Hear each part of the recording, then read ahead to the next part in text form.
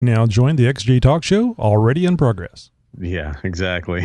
Sorry. Well, Audrey, it definitely sounds like you got an electrical issue there. It's going to have to get traced down. It sounds like you got a break in the wire. If you can wiggle wires and stuff is turning off and on, that means you got a great deal of corrosion in there, and just the wires are you have a break in there somewhere, or there's corrosion so much to the point of where it's not passing the current through. So you might be able to find a spot where like some insulation is worn, or something on the wires is maybe melted or pulled back a little bit. There'll be an area where the corrosion or the oxidation is focused around. And if you can isolate that, patch in some new wire, you'll probably be able to fix your problem. Yeah, I'm confident I'll fix it. It just took a long time to just figure that part of the puzzle out. Oh, yeah. Electrical troubleshooting is never fun and usually doesn't happen very fast either. Thank you. Oh, anytime. Ooh, red Jeeps are sexy. Hey, this is Tim from Jeep Tubes, and you're listening to the XJ Talk Show. I need to call that guy.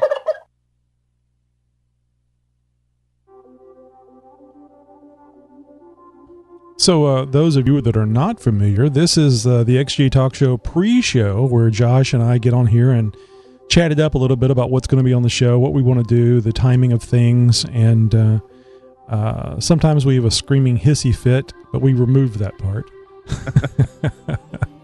Trying to cut down, Tony. That's right. And since we are going to start having live phone calls, at least have the live phone call active for each show for anybody that would like to call in. And as we have time, we will take those calls. We're testing tonight, and we brought the live call show up a full hour before the pre-show here. And you may remember Audrey, a past interviewee. She has joined us tonight on the live call-in line. Audrey, say a few things. Stop, a few things. That's if you don't remember that distinctive voice, you need to go back and listen to that show. It was pretty good. That was a great interview. That was definitely one you guys need to check out. What's the name on Facebook, Audrey? Fucking Audrey, kid? That's the one. It sounds too intelligible when I say it, so I'd rather have her say. Oh my God, I laughed so hard when I heard that. When I heard you say it. Yeah, I don't have the Boston accent, so it's safer for the children. I'm sorry. It's safer for the children for you to say it. Yeah, don't apologize. It's good entertainment. All right, Josh. So I made a boo-boo since I was, I guess, up early this morning, and I was editing a few things, getting things ready for tonight. In fact, I need to put the voicemails up on the board, and also to the opener that you've done. But anyway, I was able to go and collect some Amazon You Bought What information. And then when I saw the show notes from last week, I went, oh, we did that last week. So so I moved it over. I created a 129, episode 129, and moved it over there for next week. Yeah, I saw that in my Gmail that popped up, and I was just like, for a split second there, I thought I didn't know which episode we were doing. So yeah, I went ahead and sent you an invite on that one, just to cover all the bases. So good. I'm going to grab the voicemails, and I don't think I put it in the show notes. We do have a Wrangler segment from Rob. Oh, I will make sure we get that in there.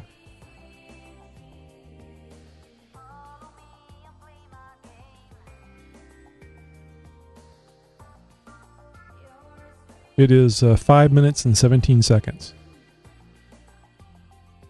5:17? Okay. Yep. Do you know what it's about? No. Right. Let me get it on the board. We'll play a little bit of it. Okay.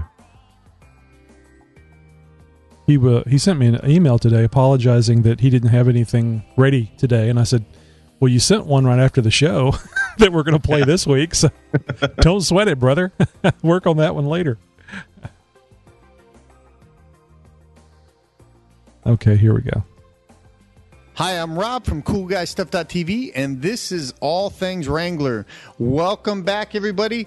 We had a short segment last week because I was at a cancer summit, but I am back, and boy, do I have a cool product this week for you guys. So I got me some new seat covers recently. And building up to the seat cover thing, I was one of those guys that was 100% sold on, look, just get the Smitty-built cheap neoprene seat covers.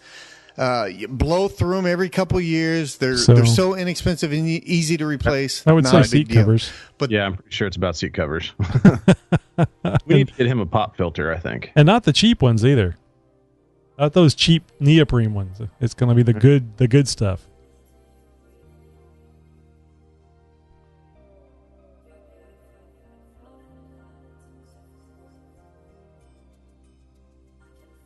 Okay, so now voicemails.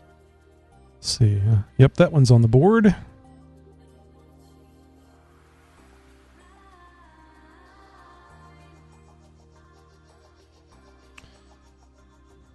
And I put the numbers up wrong, as Audrey quickly told me when she was trying to call in.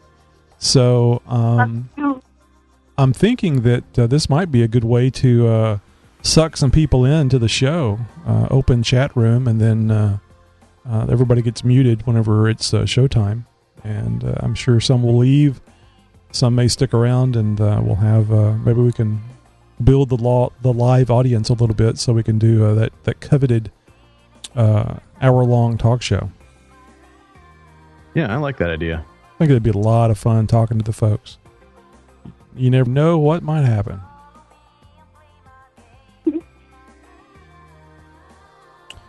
Let's see. I need to know what order these voicemails come in. So, so you're able to hear Audrey okay, right? I know we had a problem. Yeah, coming in 5 by 5. It sounds great. All right, let's see. There we go. So Jesse is first. I got those up. That. Then K2. I have no idea what K2 is. But that's what he said. Hey, this is K2.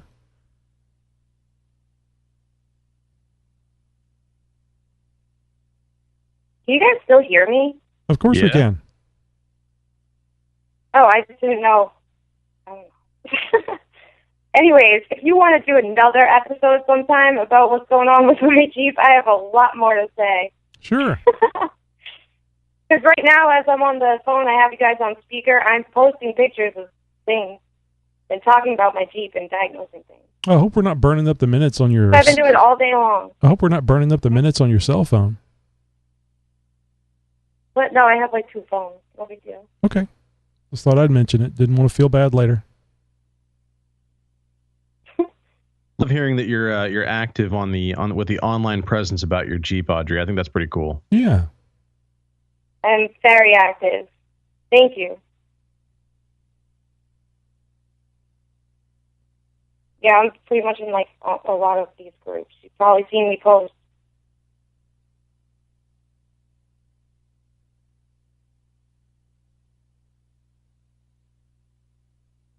Tony, do we have a Jeep in a tips? Facebook message. Sorry, Audrey. Tony, do we have a Jeep tips that we're going to do this week or no? No, the ones I got from Steve were quadruple speed, and I did not work on one of those. I talked with John, Pre-Runner 1982, earlier today, and he mentioned something about a video submission. Yeah, I was just getting ready to mention that. The problem with that one, he has the audio is too low; it needs to be processed. So I got to pull the video. I got to separate the audio, the video, process the audio, and stick it back on. Well, it's not. It's really just a slideshow, so I don't have to sync anything up. But I just need to improve the audio quality. Video's nice. It's just a bunch of stills. But yeah, he did a fair amount of work on that. Excuse me. He did a fair amount of work on that, and I already sent him a private message telling him I'm going to have to spend time to edit that audio, and don't feel bad. I learned a lot about audio levels and background noise after I started doing this thing. So Tony, you're would it muffled. be You could turn safe down. to say that we could tease it for next week? Oh, yeah. Yeah, that's fine.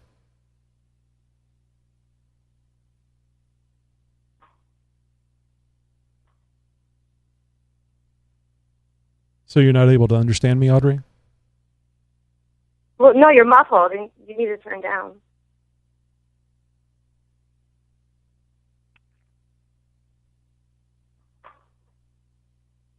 Did you turn it down? Yeah, I have to lean over to adjust something. Josh, give me a little audio. Let me see what your levels are.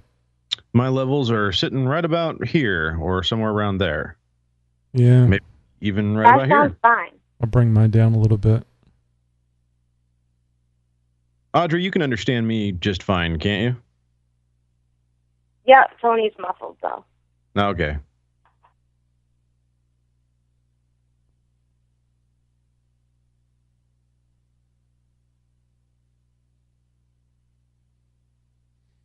Let's see. Flatten out the levels there a little bit. Now my level is about the same as yours. Strange.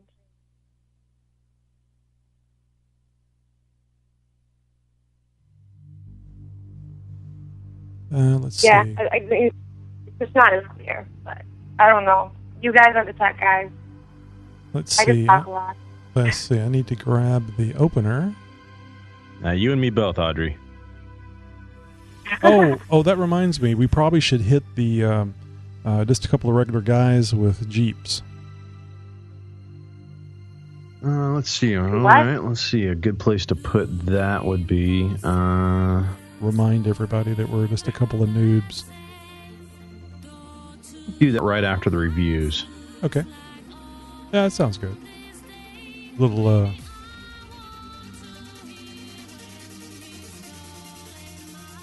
little bit of hey, we ain't all that much right after the accolades. Well, there we go. There it is. Can't talk and think at the same time. Yeah, I have a hard time talking and typing at the same time. Oh, I thought you put 50 as the opener. I did earlier, and I screwed that up, so it's 51. Okay, and good. As long as I get the right one. Yeah.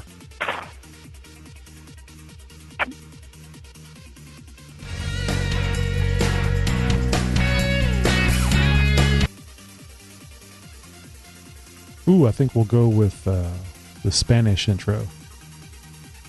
Bienvenidos al XJ Talk Show, un podcast acerca de...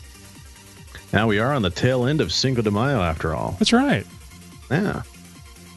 You guys, does your town do a big festival, fair, parade, anything? Well, if I know, I never go outside. You know, they're trying to make people go outside now. There was a thing in the news this morning talking about how people that don't go outside and get in the sun are more likely to get melanoma. Just the opposite of what they've been How's saying that? for years. Yeah, Serious? Yeah, exactly. how does that work, right? I have no idea. Something about the vitamin D. I think it's the vitamin DA. Dumbass. Hey, this review from Tom Telfer, where did that come from? Let me look at that. That is... Oh, gee, is that... I think it was like Twitter or something. I would just say social media. Oh, did I end up deleting some of that? Looks like the sentence just falls off there. Thanks for all your hard work keeping this, and then nothing. I don't know. I pasted it in there. Crap. I'd blame Audrey if she had access. Yeah, I'll It blame was Audrey. my fault. It was me. Where the hell is my back scratcher? Oh, there it is. That's the bad thing about having a collapsible back scratcher. It disappears. Oh, back scratcher, how I love you. Oh yeah, there ain't nothing like a good back scratch. I don't know why they don't make a front scratcher. Oh well. What food are you going to talk about? What's that? Did you pick a food of choice? A food? Are we going to talk about food tonight? Food. Well, I thought you'd talk about bacon and mashed potatoes and all that kind of stuff. Well, that kind of goes You still without do saying, that? but That's just Open random up stuff. with your favorite type of pancake. My name's fucking Audrey, kid, and you're listening to the XJ Talk Show. There it is. There's the drop. Throwback Thursday. See, where's that other one? I put a new one up here, and I didn't use it last week. Of course, when we get off topic, I'll need to know where this one is.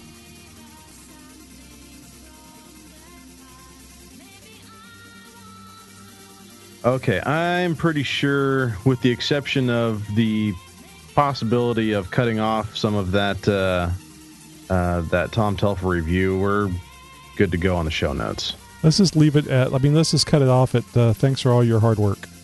Okay. Well, I mean, the message still comes across, so. The magic of behind the show editing. Well, I mean, we don't have time to go find it. We can either not use it or use it in edited form. Yeah, no, it happens all the time. Oh, man, where is it? Where is that drop? I want that drop. I want to know where it is in case I need it. So we'll plug Amazon. You bought what for next week?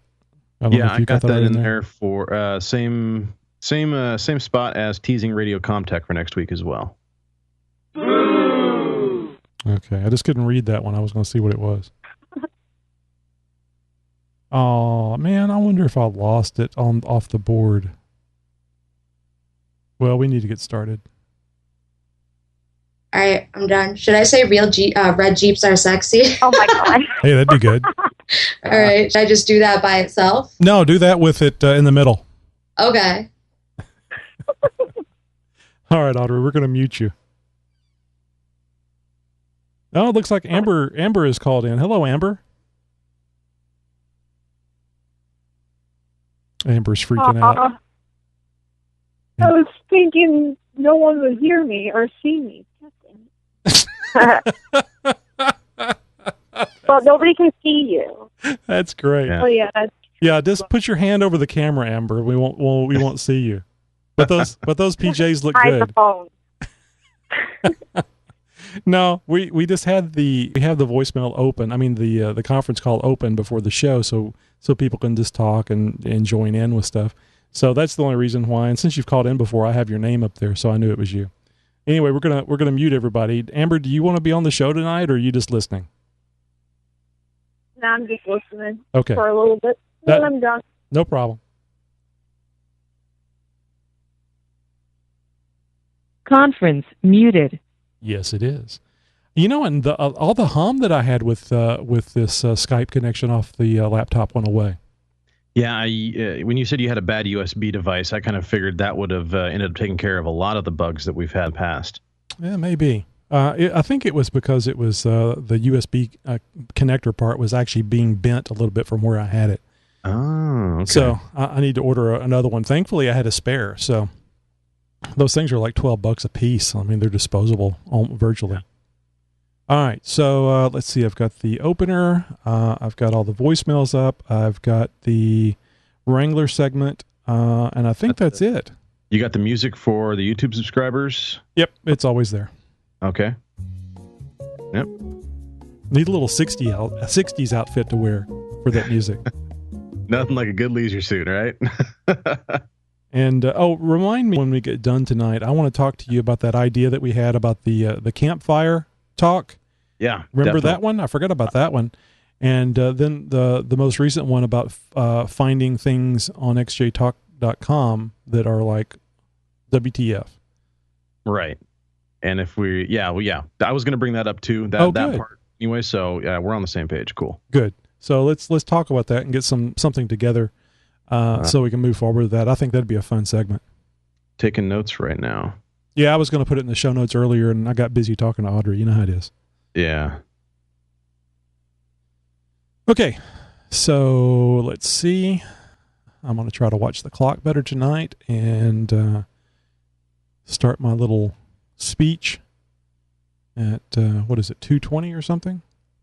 Something like that, yeah. Shorter intro than normal this week, just by a few seconds. So I think we'll be all right, though. Oh, what'd you do? Just shorter than normal. Just as far as what the part that I say. Oh, okay, that's not wrong. Normally it's around 14 seconds, and it's like 12 seconds or something. Oh no, no big deal. I thought you meant you cut the music. Yeah, that's not. No. I don't touch that part. I move it around a little bit, but that's about it. Yeah. Okay. All right. Let's get started. All right.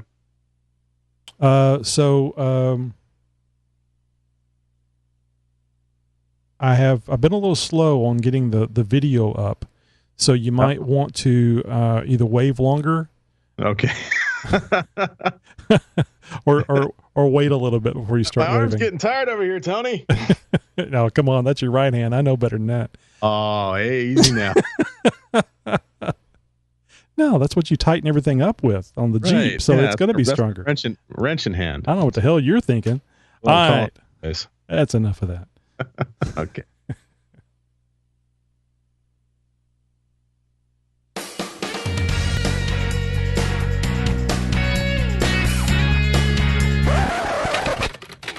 Just into the XJ Talk Show news desk.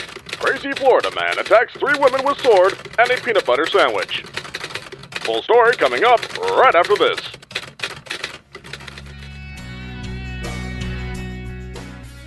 Today's podcast brought to you by Audible.com. Over 150,000 titles to choose from for your iPhone, Android, Kindle, or even your MP3 player. Get a free audiobook download and a 30-day free trial at www.audibletrial.com/xjtalkshow.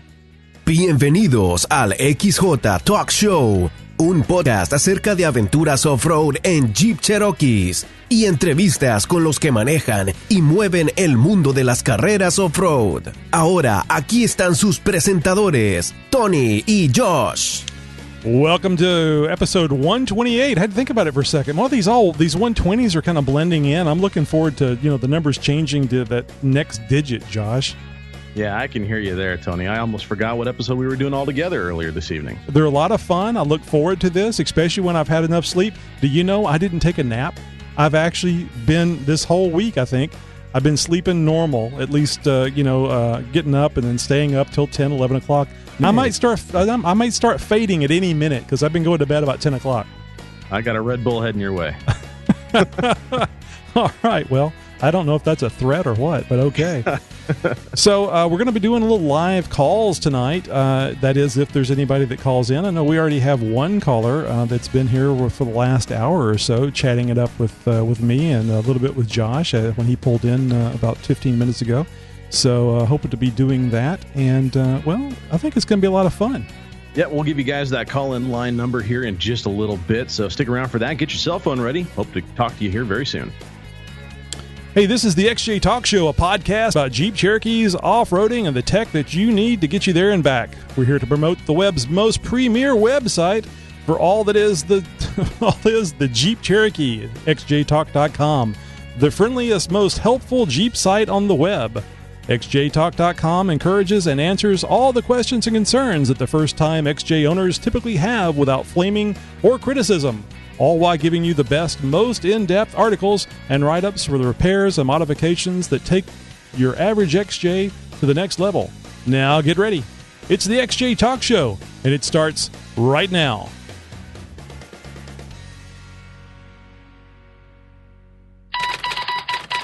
First Week in Jeep. Well, the ZJs are finally getting a backbone. Okay, it's just a trailer hitch, but still. Chrysler Group suppliers this week will begin manufacturing trailer hitch assemblies to protect fuel tanks on some older model Jeeps, namely the ZJ Grand Cherokees, nearly a year after the automaker agreed to fix the allegedly fire-prone SUVs. You guys probably remember me reporting on this. Did a number of stories on how the ZJs were getting rear-ended and, bursting into flames. Some people died, unfortunately, but it became a big deal. Even the NHTSA got involved. The hitch assemblies for the 1993 to 98 Jeep Grand Cherokees and the 2002-2007 Jeep Liberties are expected to be at dealerships later this summer, according to the National Highway Traffic Safety Administration, at least. Now, dealers will be installing the assemblies for free on the SUVs under a settlement reached last year between Chrysler and the NHTSA that covers an estimated 1.56 million vehicles between the two different platforms. Chrysler took a $151 million hit in the second quarter last year to pay for this campaign. The assemblies are mounted on three sides and around the gasoline tanks. They will help shield the tanks in low-energy crashes, Chrysler says. The company says that service techs will need a new tool, which is being made by a supplier for the installation. A Chrysler spokesman declined to identify what that tool was or exactly how it works. In early June 2013, the NHTSA demanded that Chrysler recall 2.7 million Jeeps, which the agency said had an elevated incidence of fires from high-energy rearing collisions. Chrysler disputed the finding, saying the SUVs were not effective and met the standards applicable to at the time that they were built.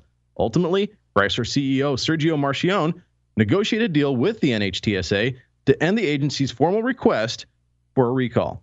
Under the deal, dealerships will inspect the older Jeeps and install Mopar hitch assemblies on vehicles that lack them. Chrysler said it will contact consumers to schedule inspections. It said delays were caused by having, quote, to find and enlist multiple new supplier partners who required time to acquire the necessary tooling, which means a fancy way of saying, hey, we had to sell these fancy new tools that we're making.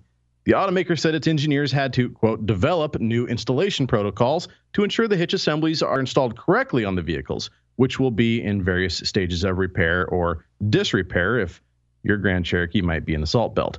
Seriously, guys, I installed a hitch on a Grand Cherokee last summer, and all I needed was a basic set of hand tools. But who am I to judge? Bottom line, the Jeep Grand Cherokees may save their reputation from being lumped in to that of the Ford Pinto. Hey, it's official. The Grand Wagoneer will return eventually. Now, Fiat Chrysler Automobiles have announced that it will release a new Jeep Grand Wagoneer by 2018. The vehicle is expected to arrive at dealerships in the fall of 2018. An exact release date has not been decided yet. Customers can expect the new Jeep Grand Wagoneer to be a top-of-the-line 3-row version of the Jeep Grand Cherokee, according to the automaker. Pricing was not announced by the automaker during the big announcement, and you can expect the base price to be revealed closer to the vehicle's release date. It's pretty much the same thing on par that they did with the Renegade. Now, the automaker expects that the revived Grand Wagoneer to compete with similar vehicles like the Chevrolet Traverse, the GMC Arcadia, the Buick Enclave, and amongst other vehicles. A number of other future Jeep project plans were announced this week as well. Among the plans produced or announced, the automaker includes a single replacement for the Jeep Compass and Patriot, an unnamed vehicle set to be released sometime in the spring of 2016. Now, had the story come out a month ago, guys, I would have sworn that vehicle they're talking about would have been the new 2015 Jeep Renegade. But it seems like Jeep is keeping an ace up their sleeve with this one. If it's anything like their last two new vehicle debuts, that card may turn out to be more of a joker than an ace. Now, there's a next-generation Jeep Wrangler SUV, which is expected to be released sometime in spring 2017. Oh, I can't wait to see what that's going to be like. And the Jeep Cherokee will be refreshed with a slight redesign in the fall of 2016. Interested customers can expect a completely redesigned Jeep Grand Cherokee to be released sometime in the fall of 2017.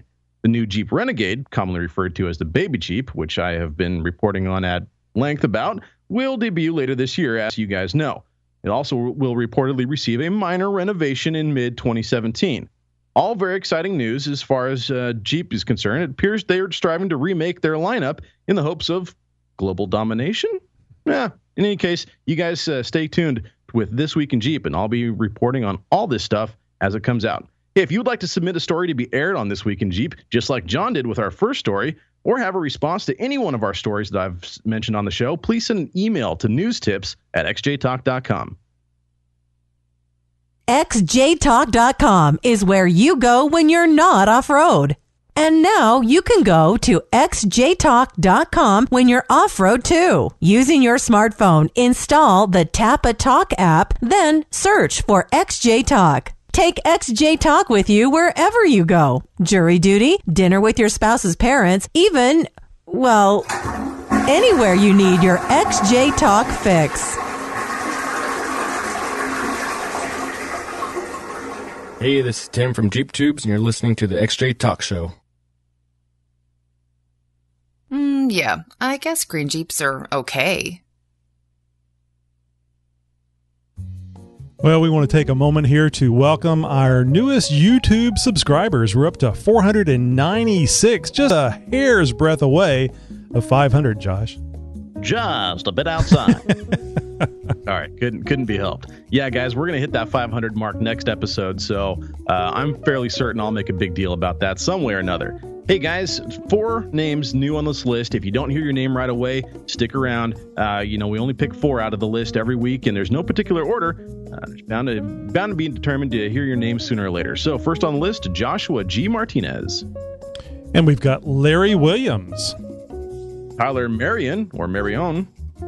And Marcus Powell. You know what? The best thing about these names, I can read them all. Yes. Now, there's been a few where we've had to struggle with them a little bit. But nonetheless, guys, thank you very much for your subscription. And please tell a friend. Yes. youtube.com/xjtalk. Well, this part of the XJ Talk Show is brought to you by Audible.com. If you like podcasts, there's a good chance you'll like audiobooks too, especially if you're busy like we are and don't have time to read all those pesky books. Besides, reading a book in traffic is bad for your health. Audible.com has over 150,000 titles across any imaginable topic, from tech to sci-fi, fiction to fantasy, and yes, they even have some Jeep stuff too. To get you started, the XJ Talk Show has your hookup. Just go to audibletrial.com/XJ Talk Show and instantly get 1 free title of your choice. That's right, anything you want for free. Who says you can't get something for nothing, huh? That's audibletrial.com/XJ Talk Show. I'll add, if you do get signed up with Audible books through audibletrial.com/XJ Talk Show, please call our voicemail or our live call-in line and let us know what you think about it. What's good, what's bad, what's ugly. Heck, you guys can even drop us a tweet or post up on Facebook as well. We'd love to hear about what book you just got. So as we approach the favorite section that for Josh and I, the chit-chat section. Oh, boy. I will direct your eyes if you're watching the YouTube or you're here live on our broadcast every Thursday, 10 p.m. Central Time on YouTube. There is the call-in number that is scrolling at the bottom of your screen. So that might actually be a little bit behind my words, but I think you'll see them soon enough. So call that number. Once you've dialed that number, somebody will come on and ask you for a conference code, and that's what that 219835 is. So just to read the entire number, 267-507-0240, and then the conference code of 219835. You'll be stuck in the conference room. You'll hear the podcast live, and the best thing to do is to turn down I would just turn down the live show so that you don't get confused. There's about a 30-second delay between the live show that's broadcast on YouTube and what you hear on the phone. The phone will be near instantaneous. So, little tidbit as we move into our new call-in type thing, and we're just going to randomly go to people on the phone. So be ready. You'll hear a little announcement, and we'll say, hi, thanks for calling the XJ Talk Show, and who we got on the phone. And then you'll start talking. Say something good. Oh, yeah. And if nothing else, just say hi, where you're from, maybe what you're driving, and we'll go from there. We'll have some fun. Especially if you're driving a 2014 Cherokee. Oh, yeah, we might have some special words for you. No, I'm just kidding, folks. I kid. Of encouragement. Speaking of Cherokees, I took mine up to the mountain this weekend and had a little fun. And I did some work up there too, Tony. I told you a little bit about it the last time we spoke, but I figured I'd go ahead and let everybody else know as well. I went up to the Tillamook State Forest, head up to the trail that NAXJA, the North American XJ Association, the Northwest chapter, and specifically has adopted up there. They closed that trail down for some rock harvesting and some tree harvesting operations, which ended up fracturing the hillside a couple years ago, and they closed the trail down, and they said, well, you guys got 2 options. Either you can design a new one, and we'll may or may not authorize that, or this trail goes away altogether.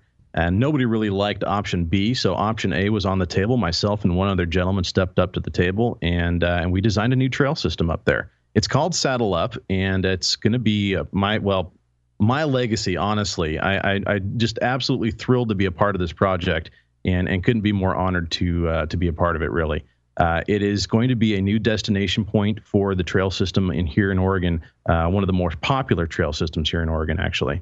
And it's just absolutely stunning. We did a rough cut-in a couple years ago over the summer, the fall, the winter, let some compaction happen, went through the whole design process, flagging out a new center section, all that stuff. My main goal for this weekend was to go up there to see how the trail has evolved with Class 1 and Class 3 vehicles, which is quads and bikes primarily, and to see what sort of compaction has happened over natural use with the lighter vehicles, and what the weather has done to it all.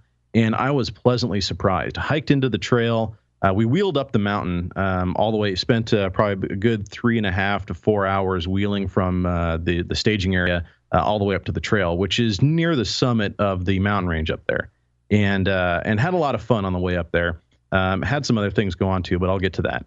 But when we got up to the trail, hiked into it. It's probably a good 100-yard hike up some mountainous terrain to get to where we wanted to get to on the trail, which is about the midway point. And then hiked along the trail over to the new trailhead where it ties into an existing trail system. And this was all part of the master plan, was to get this trail to tie into an existing trail system to enable the off-road enthusiasts to go from one side of the mountain clear around the other side of the mountain range without hitting too much hard pack at all, and basically being able to wheel all day long all the way across a myriad of different trails without having to hit logging roads or hard pack or even pavement for that matter. And this really ties in one side to the other. So that unto itself is making this definitely an attraction for the wheelers here in Oregon. So we got up to the trail, hiked over to the new trailhead, picking up litter along the way, looking for blowdown, any kind of overgrowth and wind damage, stuff like that. The trail was in remarkable condition. It was really awesome to see that. It was great to see the level of compaction that's happened. Almost zero erosion. Noticeable erosion anyways, from the winter, from the spring runoff, the melting, or even from the bike and quad use, which it was apparent there was some bikes and quads that have been on the trail, but it wasn't so bad that there was big ruts or anything that was torn up or anything like that. So I'm very happy to report that Saddle Up is near the point where we're going to be getting Class 2 vehicles, which are the Jeeps, on there. There's going to be a club run, hopefully, hopefully the Naxtra guys, including myself, will be able to get up there, and we will be the first Jeeps to run that trail. And I plan on doing everything in my power to be Jeep number 1 across that trail. So you guys can look forward to that. I got some video and some pictures of the whole event, or the whole weekend. But really, I'm sad to report that I had a bit of a foobar up there. And I don't know exactly when it happened or how it happened, but I ended up losing my camera up there. And it wasn't anything special. It was about an 8-year-old, 9-year-old point and shoot camera. But nonetheless, that camera's been with me through thick and thin. It went with me down to the Rubicon. I ended up taking kind of a nasty spill with it, and just hand first, camera lens right into some sandy dirt right on a rock. And the camera cleaned up good, still took awesome pictures. And it was a little bit of gritty in the lens mechanism, but all in all, I love that camera, and I'm very, very disappointed in myself that I wasn't paying close enough attention, and I lost it. So I was left with the GoPro, which I almost lost that too, because I had it strapped to my rock rail at one point, and I was climbing up over a stump, and I didn't have quite the clearance I thought I did. I was taking a little bit more of an intense line, and ended up clipping the clip and knocking the GoPro camera off. And luckily, I was up there with several other guys. We had three XJs and 2 ZJs that were up there with us, and had a lot of fun. But one of the guys behind me said, "Hey, your GoPro!" And so, quick jump out of the Jeep, grab it, wipe the mud off and stuff like that, and back on the trail we went. So there's no little tie down for that thing. I know on my Contour it has a little hook in it for a strap, and I actually tied mine off in the Jeep, or held the line in case it came off. So it was a one of those gooseneck assemblies that you can kind of bend and twist into whichever kind of direction you want, and then on one end it has the locking GoPro clip that locks it into place, and on the other end it has a big alligator clip type thing, like this thing, like a big clamp. And I just had it kind of clamped onto the rock bar, and that wasn't enough. But I understand that. That's why I was asking if there's something on the camera. I have a little it's not really a loop, but there's a thing that you can put a line through there, for like a lanyard or something like that. Yeah, I'm sure that there is, but use it. I should. Yeah, right? Use it. I've got 2 of those Contours, and I don't want to lose either one of them. Is that the new generation of GoPros comes with Wi-Fi compatibility, and you hook it up to your phone. Right. And so on real time on my phone, I can see what the GoPro is seeing. even if the GoPro is in the back of the vehicle, underneath the vehicle or whatever, I just turn the screen on my phone and I see GoPros. I don't want to see a police report about you having that GoPro on the on the top of your shoe. Yeah, right. No, there'll be none of that. But no, I did get some great video. I'm still in the process of editing all that high definition footage. Definitely takes up a lot of room on the hard drive and a lot of processing space and stuff like that. So I've got to deal with that. I've got a few pictures that I took with the GoPro as well. But really, the weather was horribly nasty up there. It was beautiful on my drive up to the mountain, but once I got up there, it was just sideways rain the entire day. I got completely soaked and drenched through my whole hike and litter cleanup patrol on the trail. And during the trail assessment of that and 3 other trails, I just was soaked to the bone. I came home and I was just a muddy puddle. Well, in fact, the weather was so bad, because Josh and I talked about this a few days ago. In fact, it was so bad, you had a few people just turn around and say, nah, we're going home.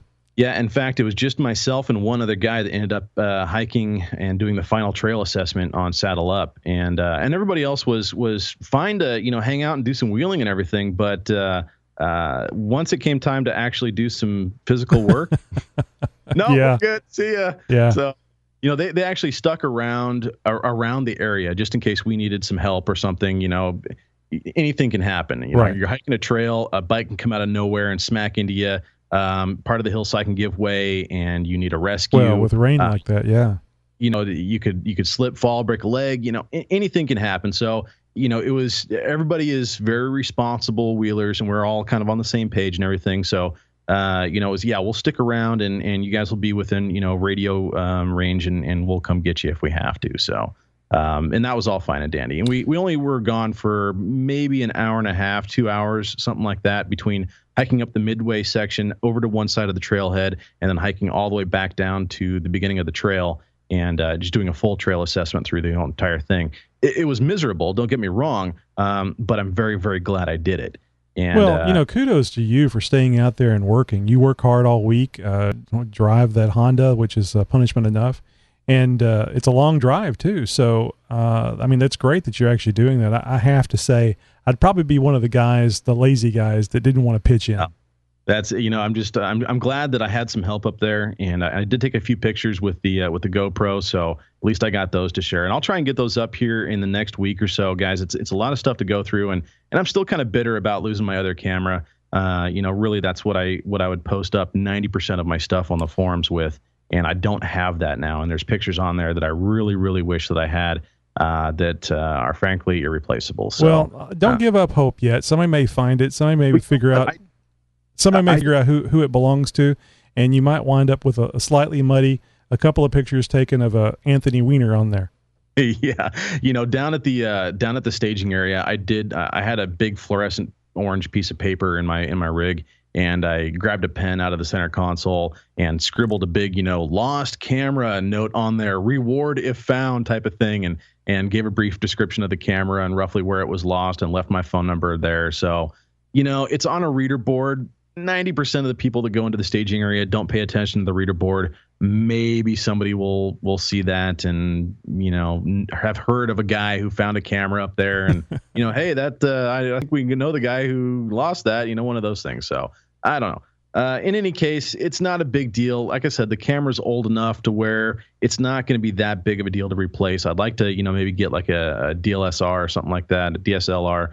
But how hard I am on my gear, chances are I'm just going to get a little, another point and shoot that's somewhat disposable like that one was. Well, you were telling me about your sunglasses, how you never can keep up with them and you go through them like you had an expensive pair that you had a week.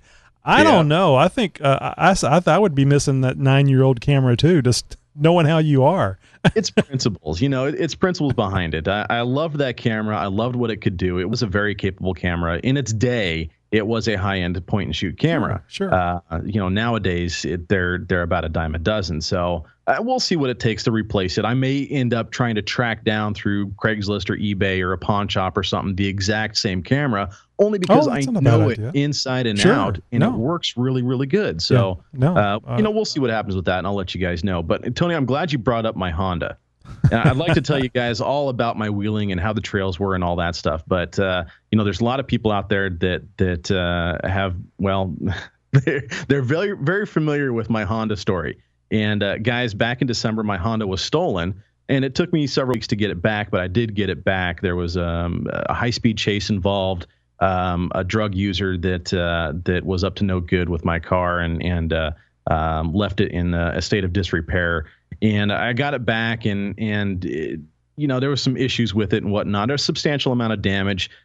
Case has been closed. I had a restitution hearing and everything, and I thought that was that. My Honda saga, as of last week, had come to an end.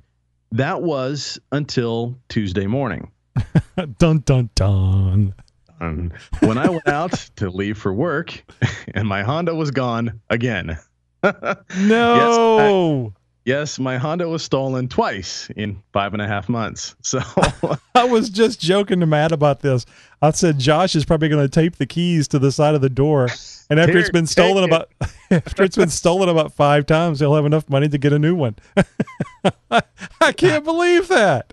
So I had left the house like 10 minutes later than I normally do. I was kind of in a rush. I said, screw it. I ran back inside real quick, grabbed the keys to the Jeep. At least I still had the Jeep. The Jeep still had all the gear in it from over the weekend, all my tools, all my recovery gear, all my trail gear and stuff like that. Still covered in mud, still had mud on the inside and everything. I said, screw it. I hopped in the Jeep, rallied off to work, got to work and called the cops.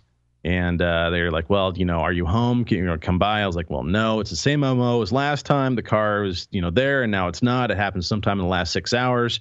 Can you take the report and get the, at least get things into the system? So, yeah, the officer had to kind of do some things. I had to email him some documentation and whatnot for proof of ownership and stuff like that, which I had with me because I still had the case file from the last time that my car got stolen. I had all the stuff with me.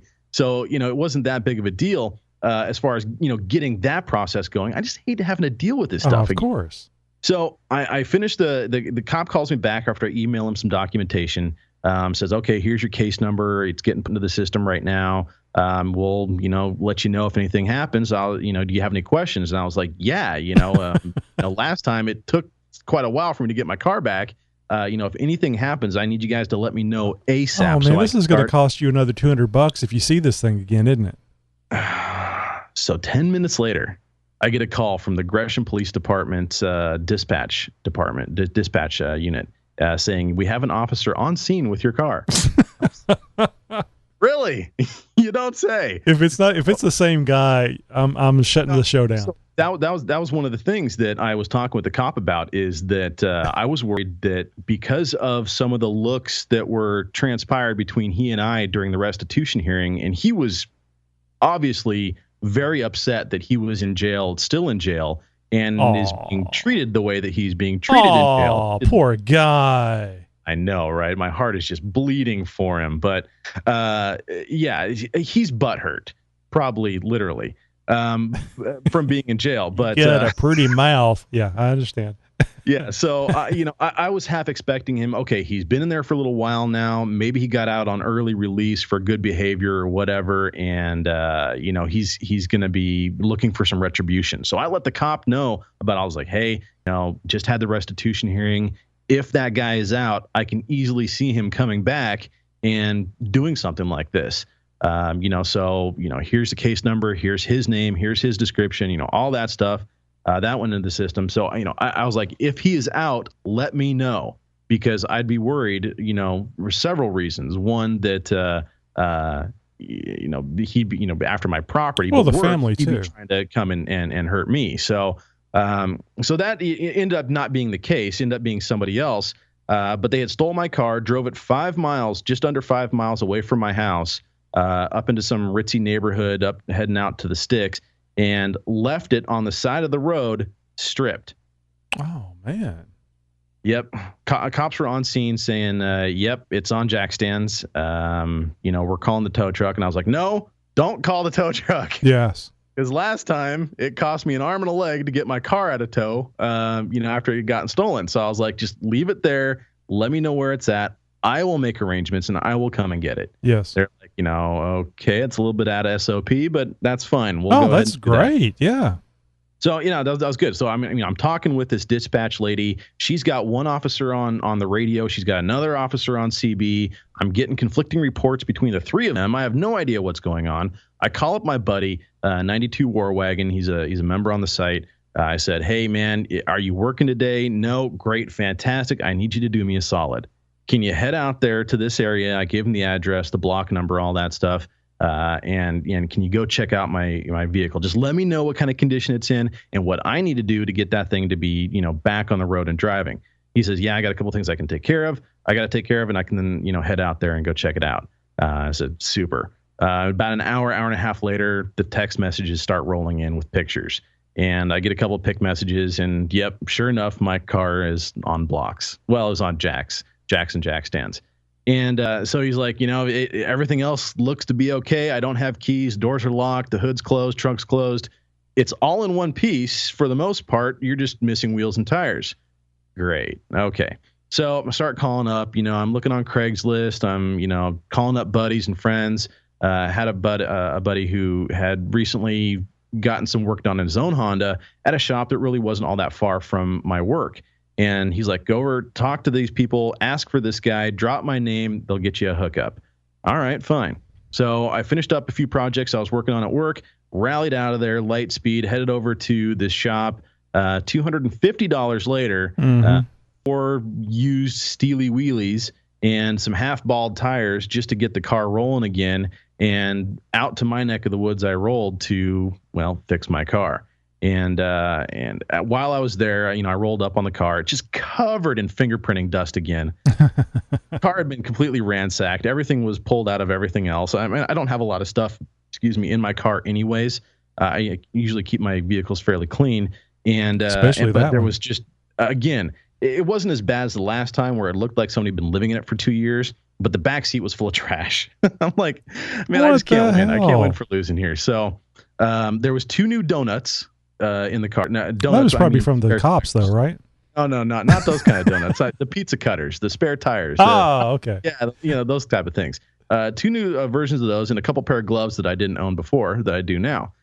So I've gained some stuff out of this. Hey, don't forget about the jack stands. Those aren't cheap. Yeah, right. Well, they're the little ones, and I really don't have a use for the little ones. I've got more jack stands than I need anyways, but that's neither here nor there. So we roll up, and I had the Jeep with me, obviously, had all the tools with me, obviously. So I go to work, and I'm two wheels into it, and I'm going to the other side, and I see this Jeep Cherokee coming up over the hill. And I was like, oh, okay, well, let's take a breather here and check out this XJ that's rolling down. And I'm, it's approaching. It's looking a little familiar. It's like, wait, I know the grill of that. I know that bull bar. I know those lights. I know that Jeep Cherokee. And so as it, gets a little bit closer to me, I start waving and smiling and acting like a fool. And it's my buddy Jason. And he's coming down, and he blows right past me. I'm like, are you kidding me, dude? It's like, yeah, you just blew right past me. What's up? He slams on the brakes.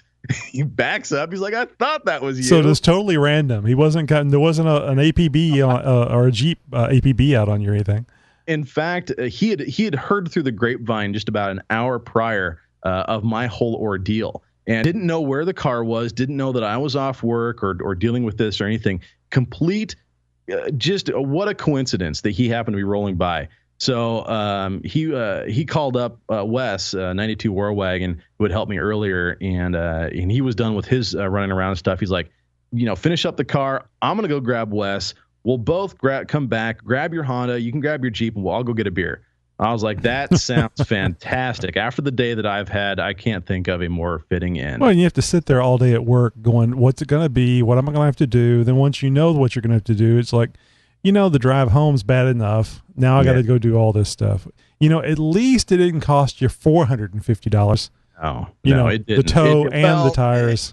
It did and it didn't, Tony, because literally 2 weeks ago, I had just put new tires on the car. So. Oh, no.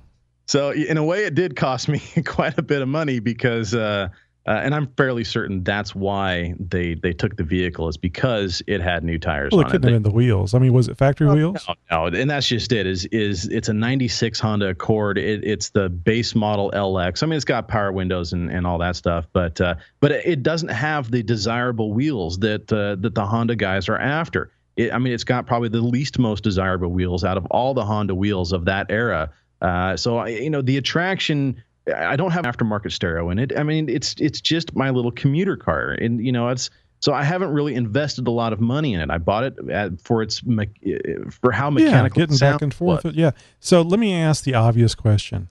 Yes, please. Are you now going to do something to immobilize that vehicle, or are you going to get rid of it?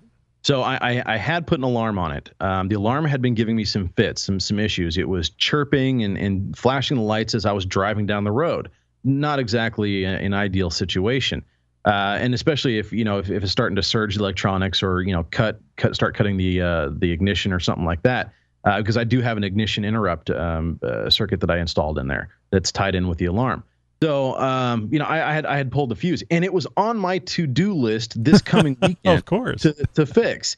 And of course, this happens in the meantime. So I was up until the wee hours of the morning, into Wednesday, fixing the alarm, doing some troubleshooting, doing a lot of programming, and the alarm that I have on there is just a major pain in the butt to try and program. But I got it all dialed in. I got a buddy who says, I'm going to give you my club.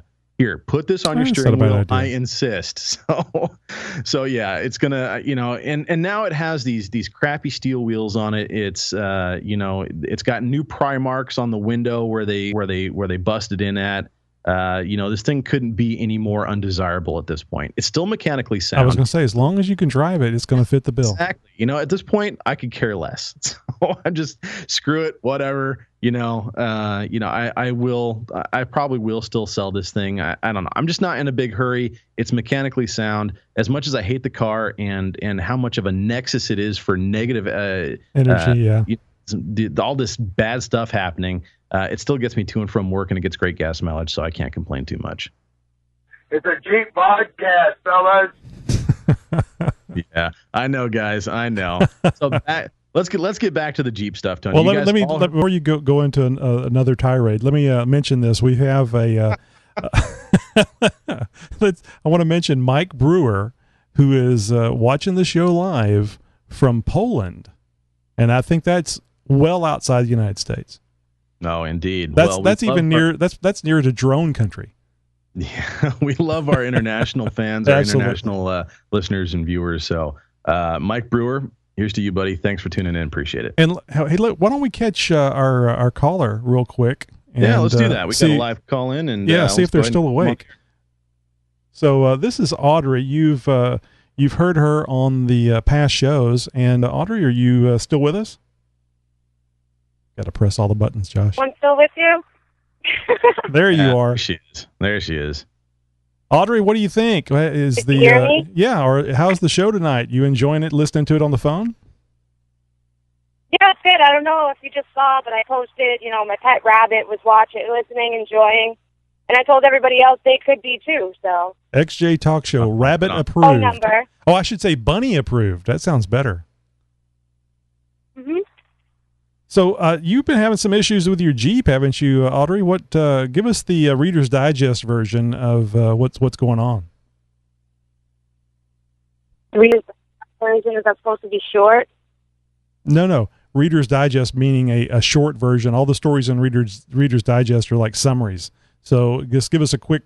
You thought you had another blown head, another cracked head. The 0331.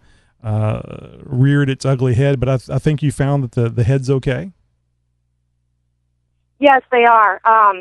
But yeah, I think that I haven't talked to you in a long time about my engine, so that's actually like a whole backstory about being stuck in a swamp for hours. Yes. And basically, my radiator was a mud slate. The busted the air filter, and it was like a sandbox in there. 4 spark plugs were curled. Blah blah blah. So I could have blown the head gasket, but I didn't. Somehow, what was supposed to be a 1-hour drive took me 8 hours and a water jug. And I got home into my driveway. But, yeah, so I was like, I probably blew the head gasket. I probably blew the whole motor. I am lucky that she's running still at all anyways. But right now I have a misfire in cylinder 4. And I've ruled out all of the, common possibilities of I swapped out all the spark plugs. I had a brand new coil pack in the first place, but I, went back to whatever the auto parts store, and they said, yeah, it's defective. Just to swap it, I had a warranty. Got a new one, just in case. So now I still have a misfire in cylinder 4. I'm thinking it's a fuel injector because I went to go look at them, and the number 4 is all loose and stuff. But I also have evap leak. 455 and 456. They keep stopping by to say hello. So it might be a little simpler to just go ahead and do a compression test. You can probably get it from AutoZone or something like that, and just make sure that all the cylinders have about the same compression. I think it needs to be with what is it, Josh? 5%, 10%? Yeah, I think you want to stay within that 5 to 10%, and 10% is going to be getting a little bit outside that range. But I think if you're within 5 psi of each cylinder, you're definitely in the good range. Yeah, and that probably would be a lot easier than removing that rail and replacing that injector. And if you the compression test will tell you if maybe you have a cylinder that is, especially since you overheated the engine, you may have a problem with a collapsed ring or partially collapsed. And like I said, it'll save you a little time and let you know what's going on with that engine.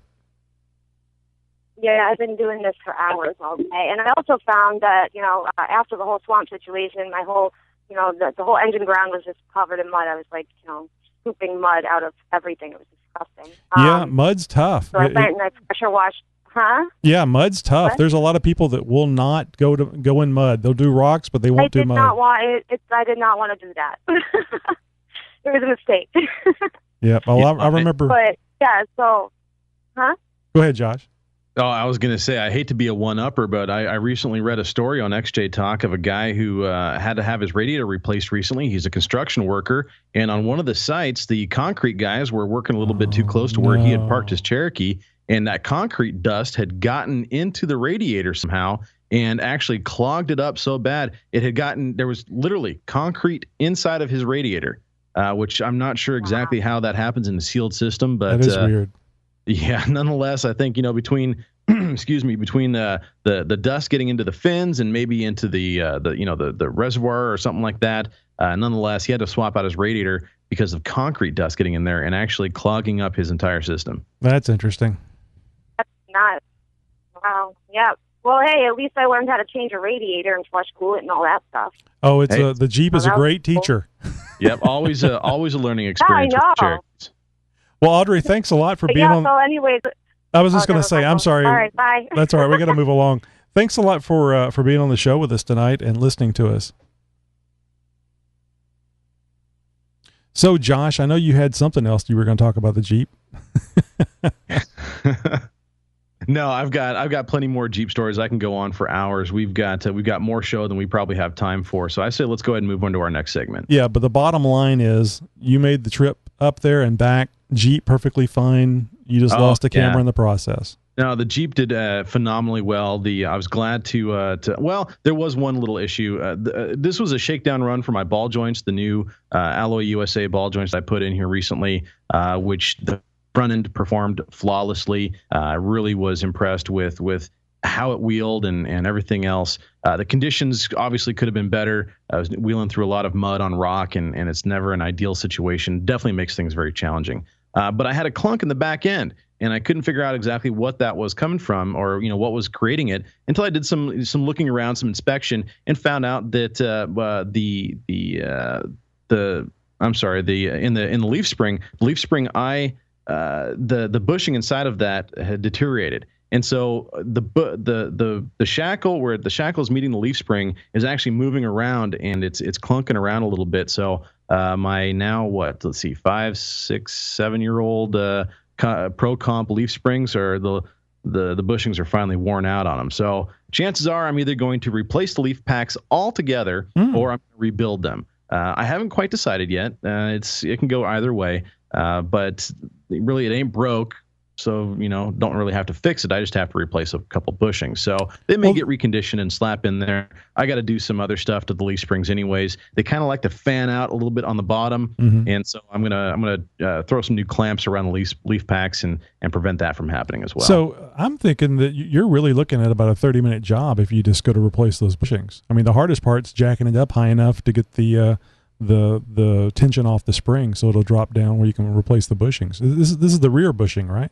Yeah, this is where the rear leaf spring eye bushing, where it is where the shackle mounts to the leaf spring itself. So it's that bushing that has worn out that I need to now replace. So that'll all get handled here very soon. I'm going to talk with the guys at 4 Wheel Parts. It's where I bought the leaf pack from. Find out what they're going to recommend. I'll most likely just end up getting some Pro Comp polyurethane inserts to slap in there and call it a day.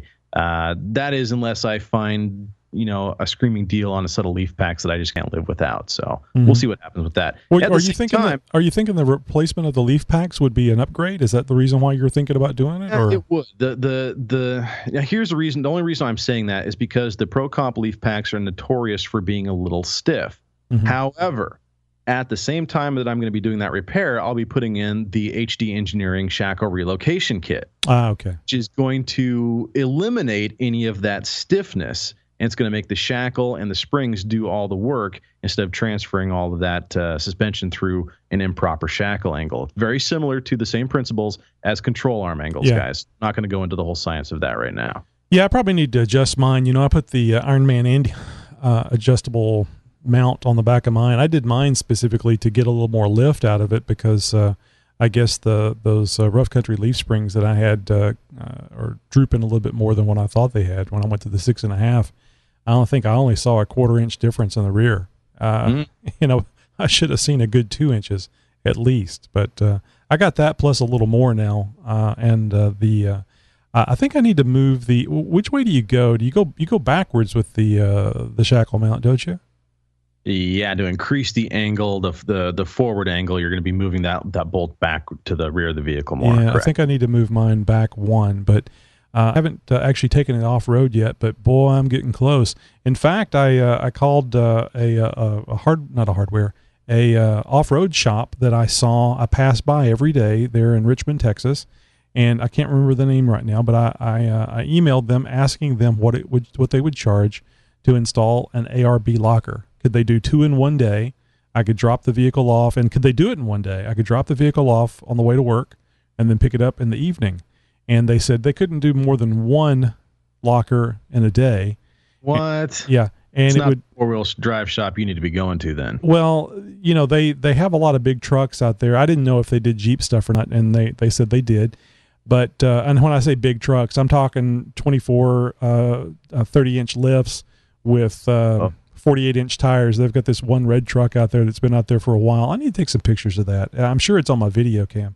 There's a term that I don't know if it's a national term, but we certainly have a nickname for those kinds of trucks around here. We call them brodozers. Yeah. Well, of course. I mean, they're land yachts because you're not going to take them off road. I mean, you can take them in the mud, but you certainly can't go trails and rocks. And I'm sure somebody does, but that's not generally what they're built for. They're a lot of fun to drive around in. I mean, my 83 with a 4-inch lift and 36.5-inch tires. That wasn't, as tall as anything like what I've seen over at this shop, but I had to use the steering wheel to get up in it. It was a blast. But anyway, so they quoted me a price, and it's probably a fair price. It's $100 more than what I thought it was going to be. $450 per ARB installation. And then the add-ons would be gear oil, anything you can think of. All those things would be extra. Which is fine because I'm not going to do anything except take them an ARB. Oh, and they quoted me a price on the installation of the compressor as well. And of course I'm not going to have an ARB air compressor. And I think the air compressor installation was $200. So we were looking. That's something that you can do yourself. Oh, really. Definitely, yeah. Okay. I just don't have the tools or the experience for changing out lockers, changing out gears. full case locker install like that, you got to have the setup tools and the the dial indicators and all that stuff. It's definitely a little bit more advanced level mechanics as far as versus installing a lift kit or changing your oil or something like that. Or even rebuilding an engine has not as tight a tolerance in a lot of cases, or it's already machined there, and all you got to do is slap it together really and check a few things. So I know Matt has been real busy with a lot of things, so I thought I would check and see if there was a way I could take care of it myself. My preference is to drive up to Matt's place there in Conroe and either watch it intently and learn, or hopefully do a fair amount of it, so I will be knowledgeable on that. My goal is to be able to work on anything on my Jeep, including the differentials. So I bought a dial indicator gauge when I installed my Spartan locker in the Dana 30 up front, and I knew that I wasn't going to have to do any gear resetting at all throughout that process. It's a lunchbox locker. In most cases, you don't even have to take the carrier out. But I did that anyways, just because I wanted to sort of learn a few techniques as far as doing this stuff. So I'm halfway there to doing gear swaps. The problem is I still don't have the necessary press to press in a new pinion or new bearings, things like that. I don't have the tools to split bearings and pull them off, things like that. There are specialty tools required above and beyond hand tools and a dial gauge. And it's just, along with that comes experience. And of course you need master install kits, which have the parts, the shims, and everything else to set the gears up properly. Well, I think that in my case, that won't be necessary on the Dana 30 since it's already set up, and we'll just be replacing the different, what do you call the thing in the middle? That would be the carrier. The carrier. We'll just be your replacing gears are set up, but once you pull all that out, you're replacing the carrier. Right, but I think the shims will still be in the same place. I don't know. Matt knows. I'll learn. I'm just remembering when we put the 456 gears, the buddy of mine that has the shop that we did that years back. But anyway, hopefully this Saturday I will be doing the day before Mother's Day. I'll be putting in my ball joints, hopefully the Synergy ball joints that I have. And I have scheduled a day off for next Friday, and my current plans are to install the compressor, the tank, and the air horn, which I could have used. Hey, I was going to ask if you're going to get the air horn. Right on, man. I can't wait to see that in action. Well, we got a little carried away. I made the mistake of throwing my Jeep information in there. So let's jump over to our All Things Wrangler segment this week with Rob. Hi, I'm Rob from CoolGuyStuff.tv, and this is All Things Wrangler. Welcome back, everybody. We had a short segment last week because I was at a cancer summit, but I am back, and boy, do I have a cool product this week for you guys. So I got me some new seat covers recently, and building up to the seat cover thing, I was one of those guys that was 100% sold on, look, just get the Smitty built cheap neoprene seat covers. You blow through them every couple of years. They're so inexpensive and easy to replace. Not a big deal. But this time I got my hands on some Trek Armor custom seat covers for the Jeep Wrangler. These things are awesome. They're built from a super heavy duty waterproof nylon. It's like almost like a real heavy backpack material, and it comes loaded with straps. So it's got this whole storage system built right into the seat cover itself. Meaning, if you ever seen like a military backpack or something like that, they have these straps sewn across the material on the backpack, and you can actually slide different pouches into those, and they Velcro on and stuff like that. So this thing comes with one of those pouches per seat cover, as well as it's full of slots to add more, that kind of thing. It's really a cool product. It's very, very sturdy. It almost, in fact, I would say that it probably does look better than the factory seats when they're on. You know, when you put on a seat cover, unless you get the neoprene ones, normally you don't have a good fit, and something's just funky about them. You can just tell they're seat covers. But these Trek Armors, man, they are beautiful. They go on. It was super easy to install. I literally installed them in the parking lot in 25 minutes on my fronts. So they slip right on, and another great thing about them is they do not have the elastic straps that kind of hook under your seat that always seem to break. So what this thing does is it's got it's kind of like a drawstring to your sweatpants at the bottom of the seat cover. So you feed that thing around through, and it's a paracord, so you really can crank it down tight and not have to worry about it ever coming loose again. This is by far the best seat cover that I've ever seen in my entire life. Again, this thing is better to me than the factory seats. There is one thing that I have noticed that I'm not super happy with, but it has been 95 degrees and I have no doors or top on my car, so it's super hot. But you do really get hot when you sit on these things, which is a little bit of a downside. But you know, if you got a top on, the sun's not actually on you, I'm sure it'd be fine. But for right out of the box, you slide these things on your seats.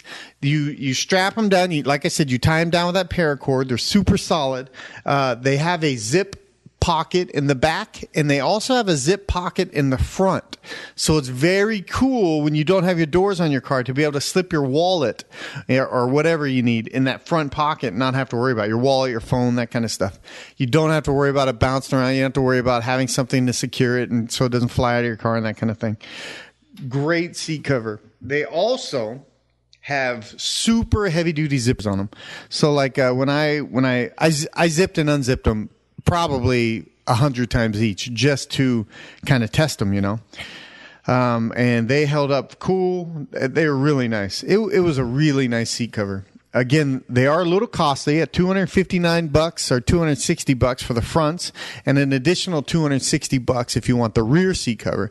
So, you know, you're into covering your seat for $520. That's a lot of money. On the flip side of that, it's almost like you upholstered your seats. That's how nice these things are. They come in a multiple of colors. I got solid black, but there's an insert, just like most of them, you know, that handles the middle of the seat cover.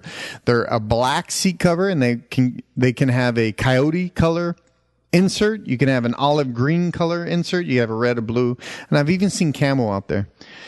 4Wheel Parts has these right online. Quadratech has them right online. You can also go direct to trekarmor.com, and you can find these, and they can point you to a dealer to get these things in your hands. I recommend them through the roof. This is my new favorite product for the Jeep, hands down. I'm very impressed with the quality of this seat cover.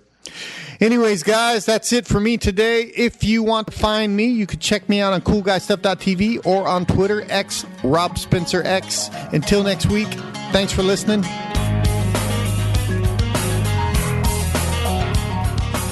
Yeah, and I want to remind you guys about WranglerTalk.com. Rob's also there, and we can use some posts and pictures of your Jeep Wranglers. Yeah, absolutely, guys. It's a great site set up just like xjtalk.com. A lot of good people over there and lots of good information as well. So please go check out WranglerTalk.com. Hey, here's another favorite segment, reviews.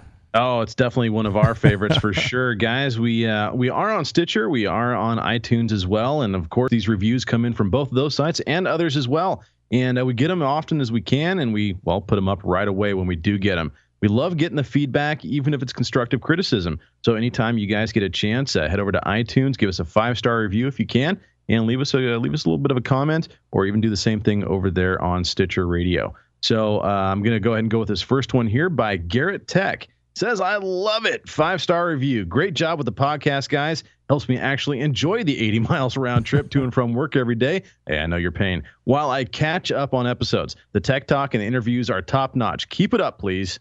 Great. Thanks. Love hearing about that. And perfect place to listen to a podcast or an audiobook. Yeah. Driving on the road every day. Hey, and we got this one from social media from Tom Teffler. He says, really enjoy this show. Very appreciated. Tony and Josh, the ball joint talk got a little old, but yeah, I know. But I know it's hard to keep the conversation interesting. Zing. Thanks for all your hard work. Well, that's the constructive criticism we're talking about. And, well, we had a little ball joint talk tonight, but at least we didn't get colorful with it, Josh.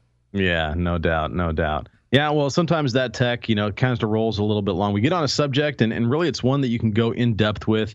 And when there's so many manufacturers out there for a specific product, you kind of like to cover the bases, get everybody as much tech as they possibly can handle. And, well, sometimes that might even be a little more than you can handle. Hey, guys, I know we sound all pretty and professional here on the XJ Talk Show. I laugh because I don't think I'm at all professional. But I certainly don't act it half the time, so you're in good company, Tony. Yeah. So we just want to remind you guys, we're just a couple of knuckleheads that got a couple of cameras, an internet connection, a can of beans, and we put on a show. Yeah, that's all it takes, guys. And we've got a passion for Jeeps, and we are Cherokee owners.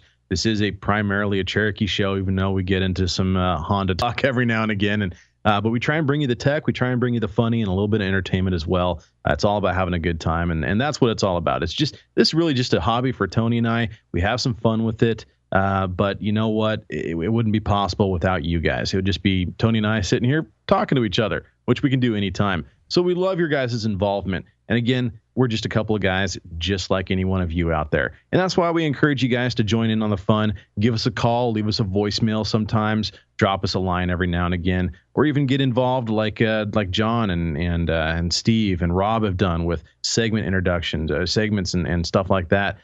Really just adding diversity to the show. Again, we couldn't be doing it without you guys. We're glad to have the guys on who submit the stuff to be aired on the show. And all of those who give us voicemails every week, you guys can be part of it too. We'll get you all the numbers and all the hookups and how you can get a hold of us here at the end of the show. Yeah, we love all the involvement, and Josh always says there's always a third seat open. Hey, so tell them about what we got coming up next week, Josh. Next week, guys, well, return of Radiocom Tech. John has gone ahead and given us some really cool stuff. And this is one that you don't want to miss out on. We're actually going to have some video to go along with this. And so that's going to be an incentive for you guys to join in on the live show. So make sure you don't miss out episode 129 for Radiocom Tech, return of that, as well as the Amazon You Bought What? Yeah, and I think it's going to be a multiple parter because I think this was part 1 of 2 that he's provided this. So I think it's going to be probably 129 and 130, but we'll know more as we move along. So, also too, want to rewind a bit and remind you guys to give us a 5-star review on iTunes, Stitcher, and I went over to Tuned In, Josh. They have a really nice web page where you can listen to the episodes there. I thought that was really neat, very Stitcher-ish, a little different, but it starts playing immediately, and we'll make sure we get the Tuned In link for the show in the show notes. Hey, let's move over to our voicemails. Hey, this is Tony. And this is Josh from the XJ Talk Show. We want to thank you for calling our 24/7 voice line. Yes, we do. Just leave your first name and your question or comment. There's no guarantee, but we may play your message on the podcast. Oh, and don't worry about keeping it clean. We'll take care of that. Now it's your turn to speak at the beep. Hey guys, my name's Jesse Ryder, owner of Team XJR Racing. I got referred to you guys after I shared some pictures on an XJ site. We're building the fastest naturally aspirated 4-liter XJ in the country right now. We plan on setting the record in August. And I was wondering if you guys could get back to me with your email address so I can share some pictures and some info on the build and see if you guys want to do an interview or something. Or you can like my page on Facebook, Team XJR. Have a good day, and thank you very much. Yep, I've already chatted with Jesse there on Facebook, and we're going to set up a time to do an interview, and he's already provided me with lots of good pictures of his Jeep Cherokee and a lot of the engine pictures. It's kind of a cool thing. I believe I don't think I'll give away anything here, but he's currently don't spoil it because this sounds just. Yeah, I'm a total gearhead, and so when I heard the fastest naturally aspirated 4-liter, I got tingles up the back of my spine, dude. That's just cool as hell. Well, I don't know. I don't think he said it there, but they're currently in 13s, and they're shooting for 11s. Wow. Yep. Well, can't wait to hear that interview if we get to that. So keep up the good work, guys. Hey guys, this is K2. I just want to let you know I did the hub and bearing assembly on both left and right on my 99 XJ best Cherokee, and I got rid of my growling sound, and I got the U-joints to replace as well, but kind of wussied out and didn't do those yet, but successful. Sounds like a brand new truck, and just want to let you know when I'm riding my Triumph on the highway, every time I see one of those new Cherokees, I kind of give it the finger behind my handguard as I go down the road, as I shake my head. So keep up the good work, and hopefully don't have to report to you any more fixes in the near future. But talk to you later. Bye. Well, hey, K2, thanks for calling in and giving us the update on your Jeep. Anytime, buddy. You go ahead and just dial that number and leave us an update anytime you like, and keep riding and keep the rubber side down. Yeah, thanks for calling. Hey, this is Nicky G. And my Jeep's got that nasty exhaust leak, the cracking exhaust manifold that it seems like every one of them has eventually. I lived with it about as long as I could. It makes it very difficult for me to sneak up on people. So I'm tearing into it, and of course the manifold studs are just rusted on. I'm trying to crack those off. I guess my question is, if we could put man on the moon, why can't we put metal in a microwave? All right, guys, I'll talk later. Have a good one. Bye.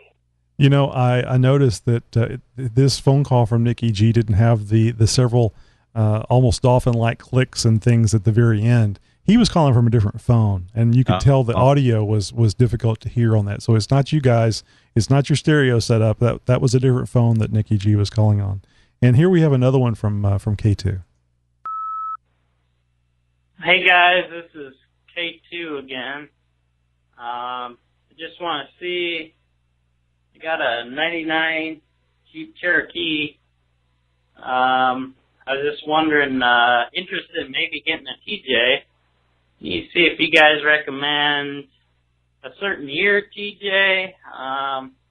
I'm kind of leaning toward maybe a 97 if I can find one at a decent price. But need to see if you had any recommendations for one that had a good suspension package or anything that's of a great, decision maker for picking a TJ. But love the show. Keep up the good work. Talk to you later. Bye. Yeah, so, I got some advice for K2 in that regard. As far as the TJs go, really any one of them are really good. I would stay away from the 2003s, though. The 2003 TJs were a 1-year TJ, and even though they have a lot of the similarities in the XJ, a 4-liter automatic transmission, Dana 30, Dana 35, yada yada, same with the NP231 or NV231 transfer case. There's a lot of similarities between the XJs and the TJs. However, the TJs had a lot of 1-year only technology put in them on the 2003 models, and getting in with some modification to those in a build later on, well, you're going to run into some snags, some problems, and some very hard time finding some parts. So if you're looking for a TJ, I would recommend staying away from a 2003 only because of the 1-year only technology that went into some of those. So you got me curious. What about the 2003? Do you know anything right off the top of your head? Because I haven't seen anything that on our 2003. So the transmission, for instance, on the 2003 has an adjustment on it, which can it's kind of like the timing on the solenoids from how it's been explained to me, the way that it shifts through gears, and it's kind of it's actually a way to manually adjust the shift points. Oh, you're talking about automatic. On the automatics only. Okay, The automatics only. That's just one thing. Some of the electricals are a little bit different from any of the other years. So, there's just, it is subtle things, but when you start getting into a build and you're looking at things that are compatible with virtually every other vehicle or transfer case or transmission, you're going to run into some things where not available for 2003. You're going to start seeing that. Just start looking around for parts like you would for your XJ, doing some window shopping. Start looking around the 2003 TJs. You're going to find some stuff that's not available for the 2003s. Well, now I have seen that the parts will go to 2002, and then 2003 through 2006 are all grouped together on everything that I've looked at. One thing I was told whenever I was out looking for a TJ for my wife was to get an LJ because it's longer and has a longer wheelbase, makes it easier to wheel. And the other thing was to get a 6-speed manual transmission. So those might be two things you want to look at. Yeah, that first gear in the 6-speed manual transmissions is way low. So you get a fantastic crawl ratio just out of the transmission side of it before you even get to the transfer case and the axles. Yep. Hey, so I wanted to mention the XJ Talk Show has now hit 50 playlists in Stitcher. That's, to me anyway, that means there's 50 people that have put the XJ Talk Show in their playlist. So, man, I thought that was great. And I think the last time I checked, it was around 32, 36, Josh. So it's a big jump. Fantastic, guys. Keep up that good work. We always encourage you guys to tell a friend. Start bragging about the awesome podcast you guys are listening to. We love to get those numbers bumped up. Hey, we're just climbing the charts here. Well, I want to thank you guys to being here for our episode 128. Don't forget about episode 129. Same XJ channel, same XJ time, which is Thursdays, 10 p.m. right here on youtube.com/xjtalk. And, of course, you can always find us on iTunes, Stitcher, Zune. Don't you make a joke, Josh. Yeah. Tune in and all those great places. We're everywhere. We are just about everywhere. All the social media, guys, we have it covered. Facebook, Twitter, you name it. And, of course, iTunes. We are here every Thursday night, 10 p.m. Central. I know we've gotten a late start every now and again, guys. We're working on that. But Thursday nights, 10 p.m. Central. Check us out on YouTube. We have a whole channel here. Tony's always putting up some cool videos. I'll make sure to try and get some of my videos linked over there as well. That'd be great. Hey, we've brought in our two callers from our chat room, our voice chat room. You guys, we want to bring you in here for the last part of the show where you can say goodbye to our audience. Any words of wisdom?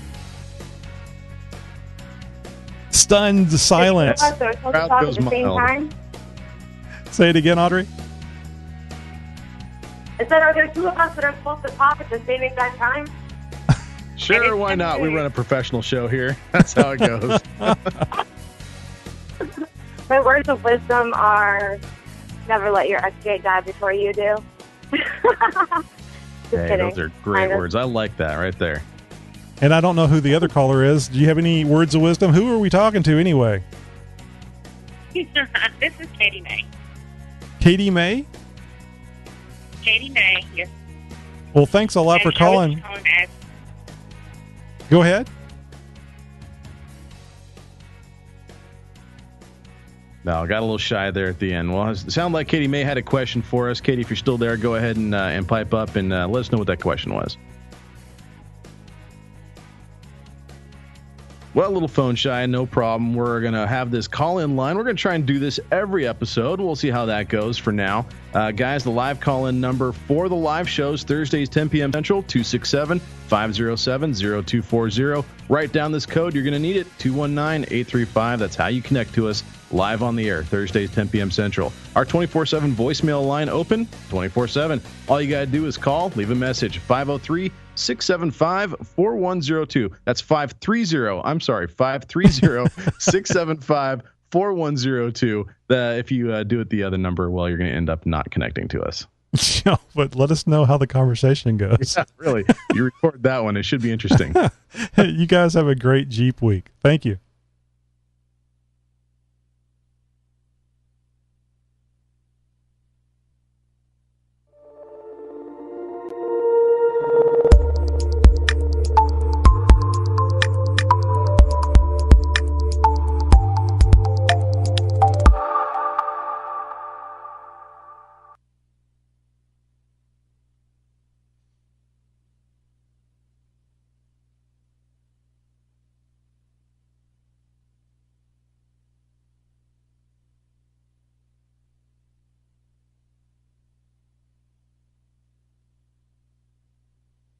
Okay, guys, this is what we call lovingly the post show. This is the part where Josh and I will wrap things up and get ready to do our video and audio promo section.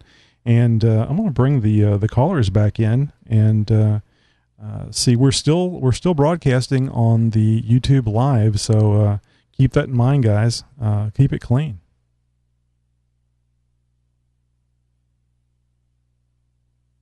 Oh, Audrey left. I bet you her battery died. Well, it's also approaching midnight over there. Well, actually, it's after midnight over there. So she's in New York, I believe, isn't she? Boston. Okay, so East Coast. So yeah, they're 3 hours ahead of me, and it's approaching 9:30 here. Well, I wonder what happened. I'm now noticing that all the calls were disconnected. I wonder if I'm still on there, so I think it's still active. I guess maybe they just gave up and hung up. I was interested in hearing from the new caller that hadn't called before. Oh, was that Katie May? It was. Yeah, I believe so. That was kind of cool to have two girl Jeepers potentially. I don't know anything about Katie May, but hopefully she's a Jeeper as well. Either way, somewhat of a fan of the show, so glad to have her online and participating. So, Katie, if you are listening to the live YouTube feed, you can still hear us on the call-in line. Maybe try disconnecting and then hooking up to us one more time. Yeah, if you want to call back in and get on the show, please, at least the post show, please feel free. Wanted to hear what your question was. Yeah, I'm thinking I know who Katie May is. I've been chatting with her. Actually, she was trying to, at least the person I was talking to, was trying to get me to do a little more street Jeep talk. You know, those ones that look good that don't go off road. Yeah. And I don't know if I mentioned this to you or not, Josh, but I was trying to get her to get warmed up to the idea of doing a Jeep segment. And I think in the conversation we mentioned, or she mentioned something like mall crawlers. And I think it'd be hilarious. I like that. Yeah. And then have a young lady do mall crawlers. I believe she had a Grand Cherokee. I'm sitting here looking at Facebook to see if I can find her name just to verify that. But I bet you that's who that was.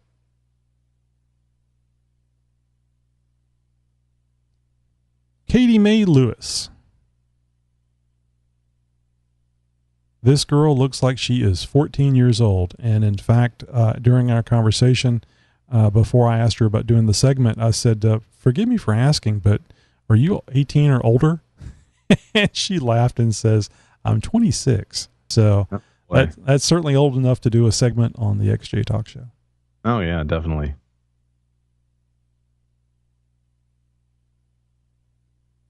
So while Tony is doing that sort of stuff, I'm working on putting together a little bit of a script for our promo that we release shortly after the show. A little bit of something that Tony and I use to make that happen with.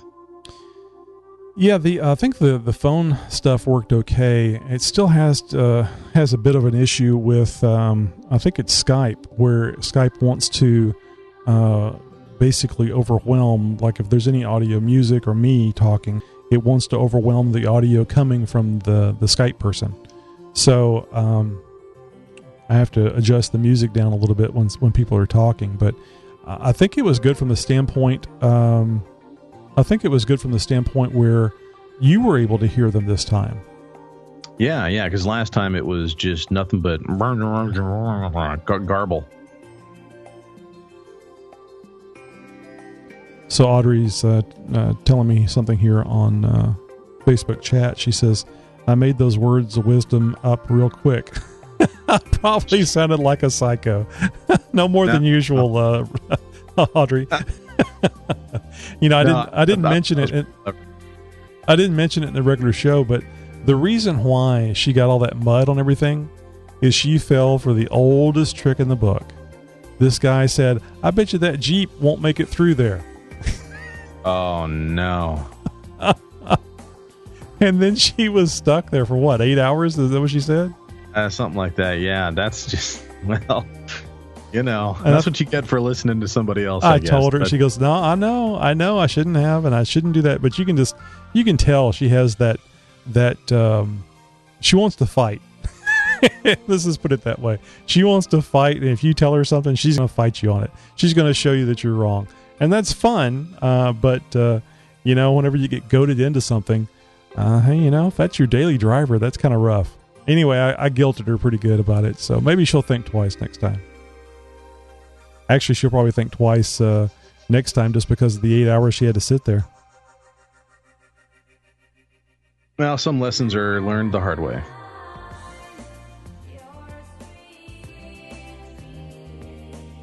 I'm asking her if she hung up or if it disconnected her.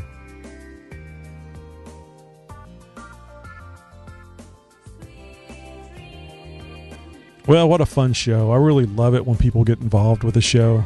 The segments are great, but it's really cool when people call in to the phone. I don't know if I mentioned it when we first started the show. I actually started the conference call lineup about an hour before showtime. So I think I might have hit on something here. We'll see how it works out, but I think I'm going to try to do that next week, and then let everybody get in there, talk to each other, and then when showtime comes up, I'll hit the mute thing, and actually I could probably just hit the mute on the board and let them continue to talk to each other, and then and then before I start taking calls, I can switch it over to mute the whole conference line so that they can't talk to each other.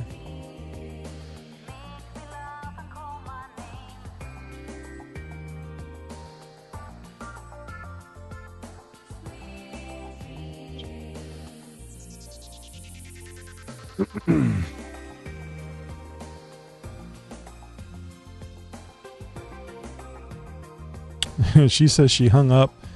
She thought she was supposed to. Uh-oh. That's all good, Audrey. It makes sense, the show's over. No sense in hanging on the line long enough to be hung up on, right? Well, geez, and if she's been on for 2 hours... Oh, yeah. My ear would be falling off. Well, she had this on speaker. Oh, that's right. I remember her saying that now. Yeah, she was posting stuff up on Facebook and listening to the show. I mean, what greater compliment can you get to be background, not music, but background banter while you're doing things that are fun, whether or not you're driving someplace or, it'd really be cool is people listening to the show while they're off road. Oh yeah, might make a good video segment.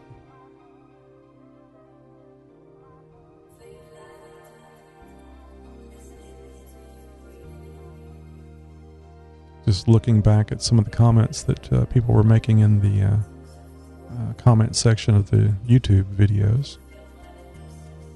A lot of Josh tonight.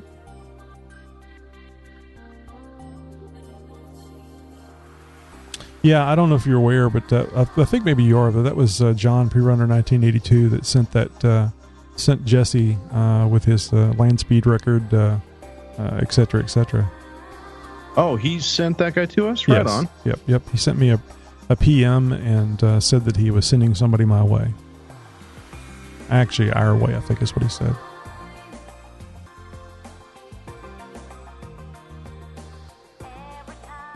Let's see if I can get over here and ask Katie May if that was her.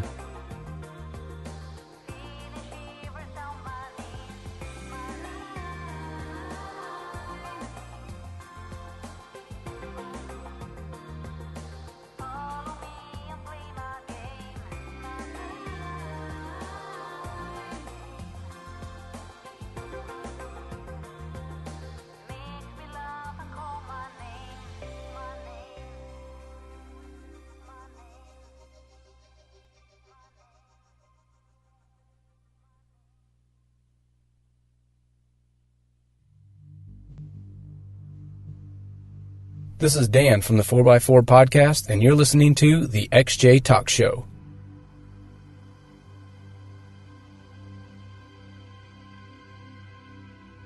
Yeah, that was her. She says, yes, I hit a dead spot. Oh, okay, for the cell phone. I wasn't quite sure what she meant by that.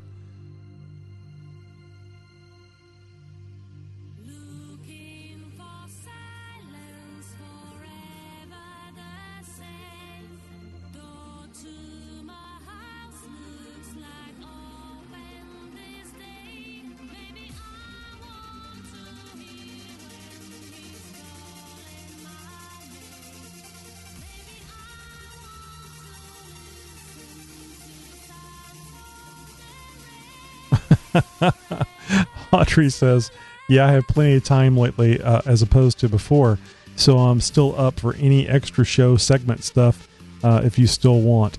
Now I actually can do it. Yeah. Nice. She's not working at the junkyard anymore. Oh, she's not. Okay. No.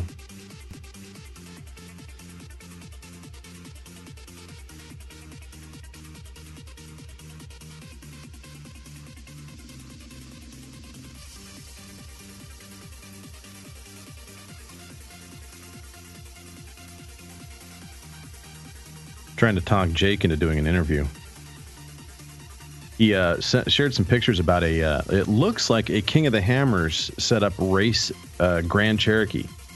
And he sent me a couple of pictures of it, and I was like, oh, dude, that is just cool as hell. It's at a shop down the way from where he's at or where he lives. And I was like, dude, head over there with your phone and get a little interview or something. Doesn't have to be very long, just 5 minutes or something like that, whatever. And he's like, oh, no, I don't know, man. I'm too nervous, so I'm trying to talk him into it. Oh, it's not that big a deal. Like I was saying, if a couple of noobs can do this stuff, anybody can. And speaking of interviews, I talked with Richard. No, I'm sorry. Dang it, I'm going to brain fart on this name now. Richard Dean? No, Dean Murray. Yeah. Sorry. Yeah, I talked with him this afternoon through email, and going to be doing an interview with him next week. Oh, good. And he said he'd even willing to go to you for an interview if he wanted to, because you guys now live so close together. But because he's in, what is that? College Town or something like Station. that. Yeah. So I don't know how far of a drive that is to you, but he said he'd be willing to drive to you to do an interview if he had to. Well, I'm kind of hoping that what we can do is meet up off road someplace and do a little video, do a little audio. And if he was to come here, I'd have to clean up this room. and I'd rather drive 2 hours than clean up this room. Oh, is that how far it is? About a 2 hour drive? I'd have to look and see. I don't think it really would depend on where we're going.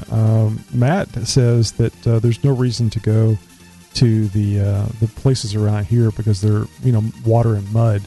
The best place is to go about an hour and a half. Maybe 2 hours for me, up into Central Texas. Still South Texas, but Central Texas. I forget what the park is now. I think you probably saw some of the videos on XJ Talk.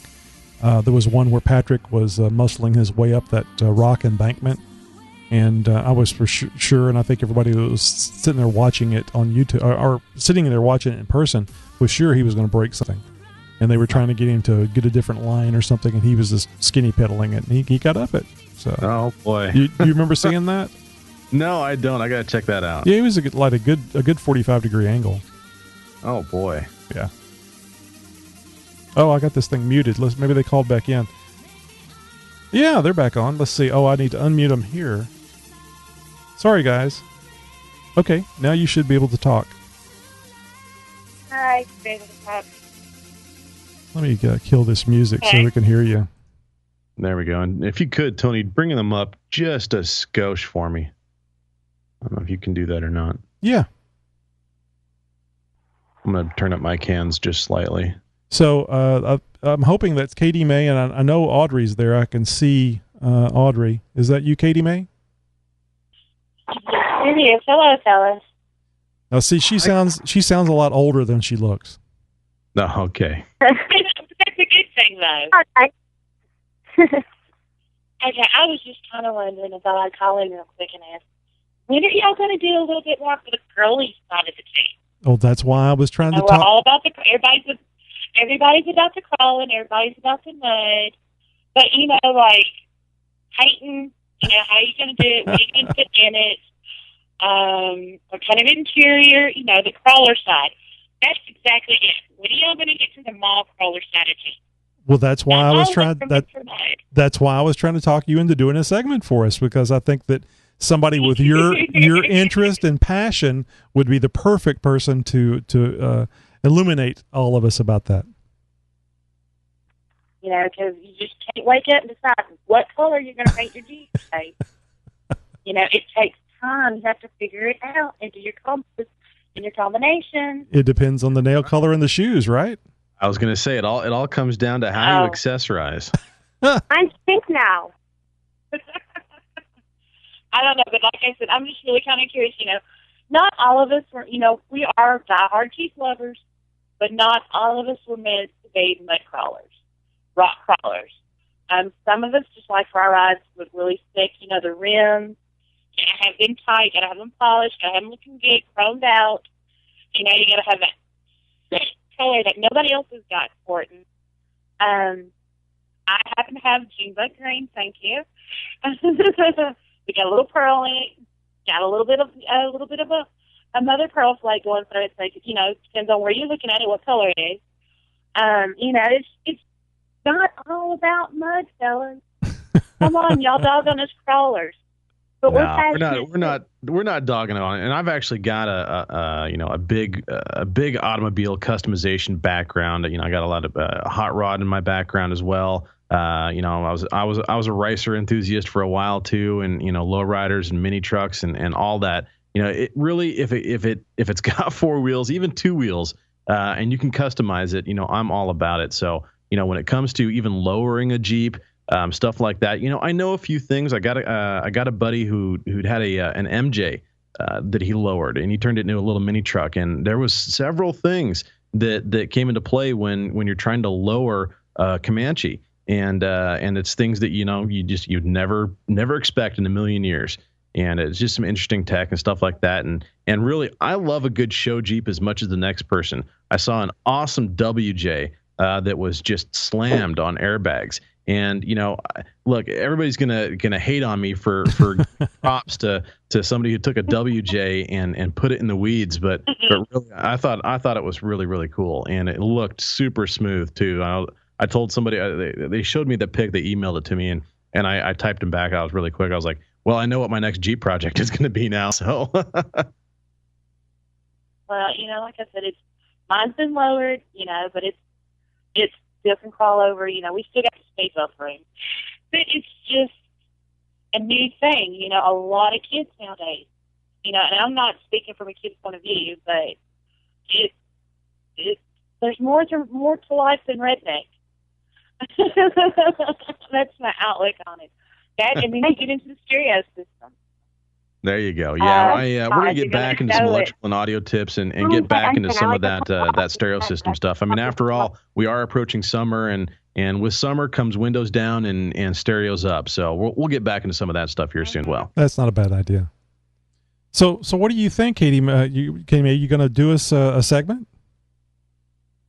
Well, I might. You just never know. It depends on what kind of wild hair hits me. I like that. I like that sassiness she's got, and I love that accent. I mean, I'm all about accents. I think that would play really good on the show. Yes, it would. Well, it's the Southern thing, and that's another that comes into play where all Southern people, rednecks, are jacked up. No, not true. I'll fight tooth and nail about it. It ain't true. Well, Get in touch. I'll get back in touch and keep up with y'all. But I've got to get off of here because we're fixing to go 4-1, actually. Oh, okay. Don't judge me. Don't judge me, but I'm going off-road. That's great. Yeah, no, actually, we got the four-wheelers, not the Jeeps. We're all four-wheeling. So, but that's a while ago when I called in. I pulled over. I was like, oh, listen, and I was like, oh, that's fine. Well, yeah. But I will keep in touch, and I will get back with y'all. Please do. I got Thank you very out here much. giving me a hard time. Yeah. They're going to run off and leave me, and that's not fair. So y'all have a good night, and I'll get back in touch with y'all, and y'all know, keep it clean, keep it shiny. Yes. Shiny's always a good thing. Thanks again for calling. Bye. Thanks, Katie Mae. What a character! Yeah, definitely. I never spoken with her before, and I had asked her because she had made some country references type things when she was talking about country this, country that, and I asked her what state is she from, and she said Tennessee, and I said that's great, and she was a little concerned about her accent. I said no, accents play wonderful on segments, because it's character, and listening to that tirade about about keeping it clean and pretty and everything else. Now I got to go. We're going off road. It's just, that's hilarious.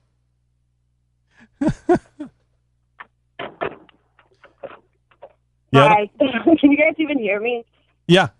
I was just going to say, I don't know if you. Okay. I didn't know if I was supposed to be talking while she was talking too. Like, sorry about that.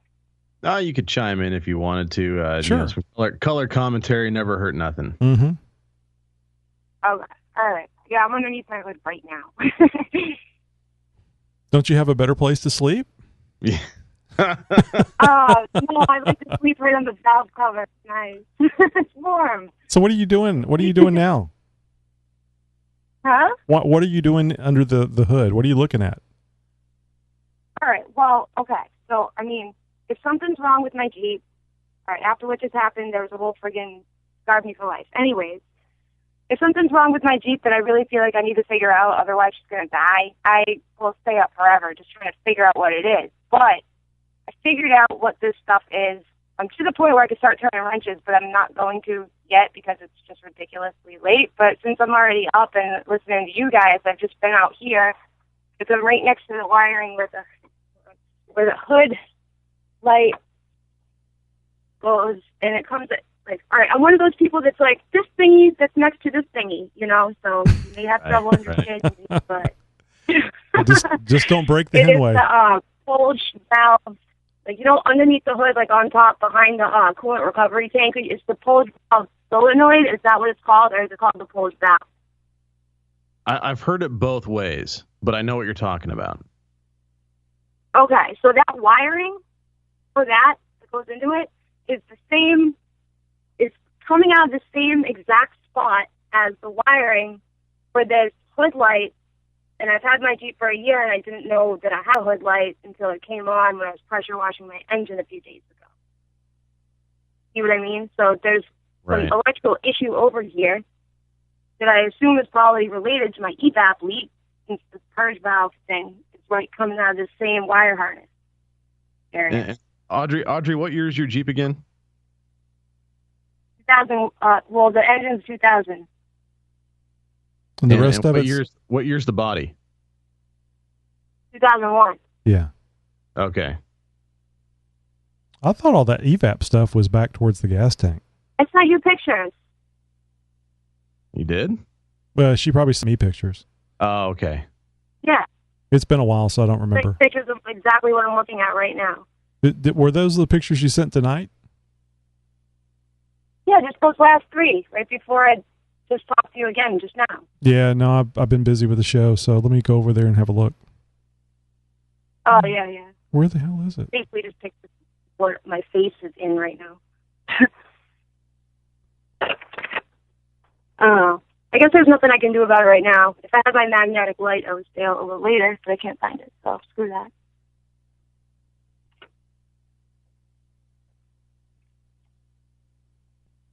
Oh, there they are. But yeah, Josh, I'm learning a lot since the last time I was interviewed. That is the thing you got your finger on. That is the pressure. The wire. And the first one where you have your thumb on that wire and the little green plug, that is the evap for the air conditioner. And that little green plug goes to the pressure switch so that the air conditioner compressor will cycle on and off depending on if you're low on coolant or not. And when I say coolant, I mean the air conditioner coolant, the Freon or whatever, the R132. That's a split wire. Do you see there's a split wire? Uh-huh. So one part goes into the part that senses, the coolant and all that stuff, right? And then the one next to it, like more towards the valve cover, that is the Oh, I see what you're saying. I see what you're saying. Yeah, but the wiring for that, the light that I was just banging on because it comes on for a second, like depending on how you squeeze the wire, they're coming out of the same cluster of wires. Yeah. All of those wires. Yeah. So I think that's my evap lead. It's the thingy with the thing, and all the things coming out. I don't think I have that. Josh, this is over, if you were looking at the front of the vehicle and you know where the the evap canister is. Is it the evap, the accumulator? What's that thing? The thing that the dryer? No, it's the dryer. Right. Where the dryer is, and just over, man, I would say 4 inches to the right is this little round black thing that has a plug in it and a couple of vacuum lines plugged into the front of it. That is it. Because I played like one of these things is not like the other kind of stuff on Google Images. Well, I don't have one of those. I'm trying you to have a pull up some 99. pictures. I'm gonna try and pull up some pictures right now of some various Jeep engine compartments and see if I can't see what you're seeing. Let's see. I wonder if I can send this. Are you putting them? I'm not on YouTube. No. I'm just I'm just looking through Google right now and seeing if Tony, I can you can't send them the picture? That's what I'm working on. You could maybe copy and paste them into the show notes, Tony. Yeah. I don't know if that would work or not. No, it's fine. I was going to send it to you on Google Plus, but I can paste it right here. I just had to save it first because it's on Facebook. Sorry. No, it's fine. I'm just working through the logistics of getting it from one place to the other. Yeah. I don't know. I found out that, my radiator and stuff, because you go on those Jeep groups and forums, and you got to know how to wean out information, Oh, yeah. And I think, when I was trying to figure out why my engine was about to blow a couple weeks ago, I figured it out from a thread on your website with a woman that had a 2000 engine, and she had the same weird leak I had coming off right under the passenger side coils, suspension coils. There's right by the shock. There was a brownish purpley dripping, and she had the evap leak code. So I found out it was the radiator because I didn't know to go look at the radiator, and then I see that it's all mud slated, and I'm like, whoa. You see that picture, Josh? I'm looking on your Google Plus right now, and I'm not seeing it. No, I put it in show notes. Oh, okay. Going back to the show notes right now. At the bottom. Oh, wait, there we go. Okay. Am I right? Okay, so the wire that has the green plug on it that is kind of wrapped around your thumb a little bit there, that is strictly for the air conditioning system, the HVAC system. Now the other wire that's in the small little bit of split loom, that is the one that goes to the hood light, and that hood light has a little mercury switch in it and should pop open, or the light would turn on when you open up the hood. No. Yeah, go to the other one. The little round black thing. Off to the right. The one with the green plug is a split wire, and the other part of the wire goes to what I think is the purge valve. It's kind of about 4 inches. About 4 inches to the right of the dryer. You see that wire and that plug, and it goes to that cylinder-looking thing. Oh, and it looks like the wires are actually frayed a little bit, or is it just dirty? That's what I'm saying. It's split. It's one wiring that splits and then goes into both parts. Yeah, no, he's talking about where. He's talking about where it goes into the plug. But you see the vacuum lines that run into the front of it? Mm-hmm. I don't know what that is. Yeah, I got to look on my buddy's 2001. He's got a 2001, and some of this stuff is set up a little bit different than my 99, and so I don't recognize that either. So it's something that was in the wrong picture, Tony. But anyways, whatever. So, Audrey, I'm gonna have to do some research on that and get back to you on that because trying to troubleshoot this. I'm not gonna make you guys solve my Jeep problems. I think I already solved it, but. Well, hey, more power to you. I mean, if you got it, then you go, girl. But I'd still like to identify those parts myself and figure out how they work and everything. And I'll be doing that over here the next couple of days because buddy who I was talking about earlier in the show, Jason, he's got that 2001, and he'll let me poke around that thing anytime I want. So I'll look into that and see if I can't pull up a wiring diagram and identify some parts and stuff like that and get back to you with maybe some troubleshooting if I can. Yeah, that'd be great because I started a Facebook group called Jeep 0331. I know you know what that means, right? Oh, yeah. Good job. Yeah. Yeah, it's pretty funny. 0331, and right now it's a secret Facebook group. I think I added XJ Talk Facebook, Tony. Yeah, but you did. I didn't make it public yet, but I basically, I don't know. It's a good thing. It's good. It's like basically just strictly for like XJs with those 2 years of engine because they're so different. They have all the same common issues that are very mysterious to diagnose and solve, and then people blow their head gaskets and their lives are ruined. So I'm going to be going with that. So if you have any cool information about 2001 engines, Josh, go ahead and let me know. Yeah, let me do some research, like I said, on that. I got a buddy with a 2001, so I'll use him as my guinea pig and see what happens from there, and I'll let you know. I don't think it makes any difference, but she's got a 2000 engine. I think that all the stuff you see there is going to be 2001 related, though. Right. Yeah. Well, then there's the coil rail too, which makes it different. The coil rail and the heads and all that stuff. Mm-hmm. Well, no, the same head was in the 2001, and right. I believe the same coil packs were used. These 2 years, 2000, 2001, they're like the same thing. Yeah. Right? Is there any difference between those? I don't think so. I don't think there is. Those two are different from all the other. Yeah. Right. Yeah, they're going to be different than the 99 and the 98s and 97s and all that. So, but I've got access to one at least. So at least I'll be able to do some poking around and hopefully do some troubleshooting and be able to help you out some. No promises, Audrey, but I'll do my best. Yeah, come over to XJ That's Talk. okay. And I'll try to, if I fix it, I'll tell Tony or something. Yeah, great. And you can come over to xjtalk.com and post there and get information where Josh can post it, and we can go back and forth and get some information from some other folks. That's what I always try to do. People will ask me on Facebook about, hey, it's doing this, and I'll give them my best guess, but I always finish up with, and I think I did this with you, come over to xjtalk.com and ask your question. That way you can get 5, 10, 15, 20 people giving you all kinds of answers, and you can choose the best one. How do I sign up? I don't get it. Yeah, that's right. I really remember that. All right, cool. I'm going to second Tony's remark there, Audrey, and say, definitely post up on xjtalk.com. There's a lot of experts on there that have just as much, if not more knowledge than I do, and expertise and whatnot. And you'll definitely be able to between all of us, definitely get it knocked out here very soon. Yeah. Cool. Thanks. I appreciate it, guys. No problem, Audrey. All right, we're going to go ahead and shut things down and get over here to our promo recording and wrap this thing up. Yeah, so we can go to sleep. Okay. We can't stay up all night like you. Yeah. All right, Audrey. Yeah. Oh, hey, I'm jealous of you guys. She's all wound all up. right. She's ready to work on the Jeep. Thanks again, Audrey. Take care. Yeah, Bye-bye. thanks. Good night. Hey.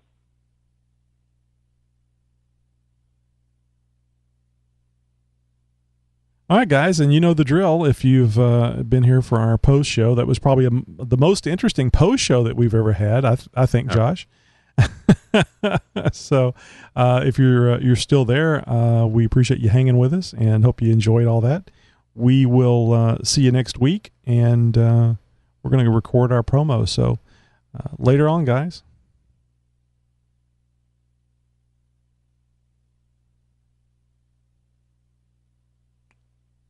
And I did not have to log back on to stop the stream.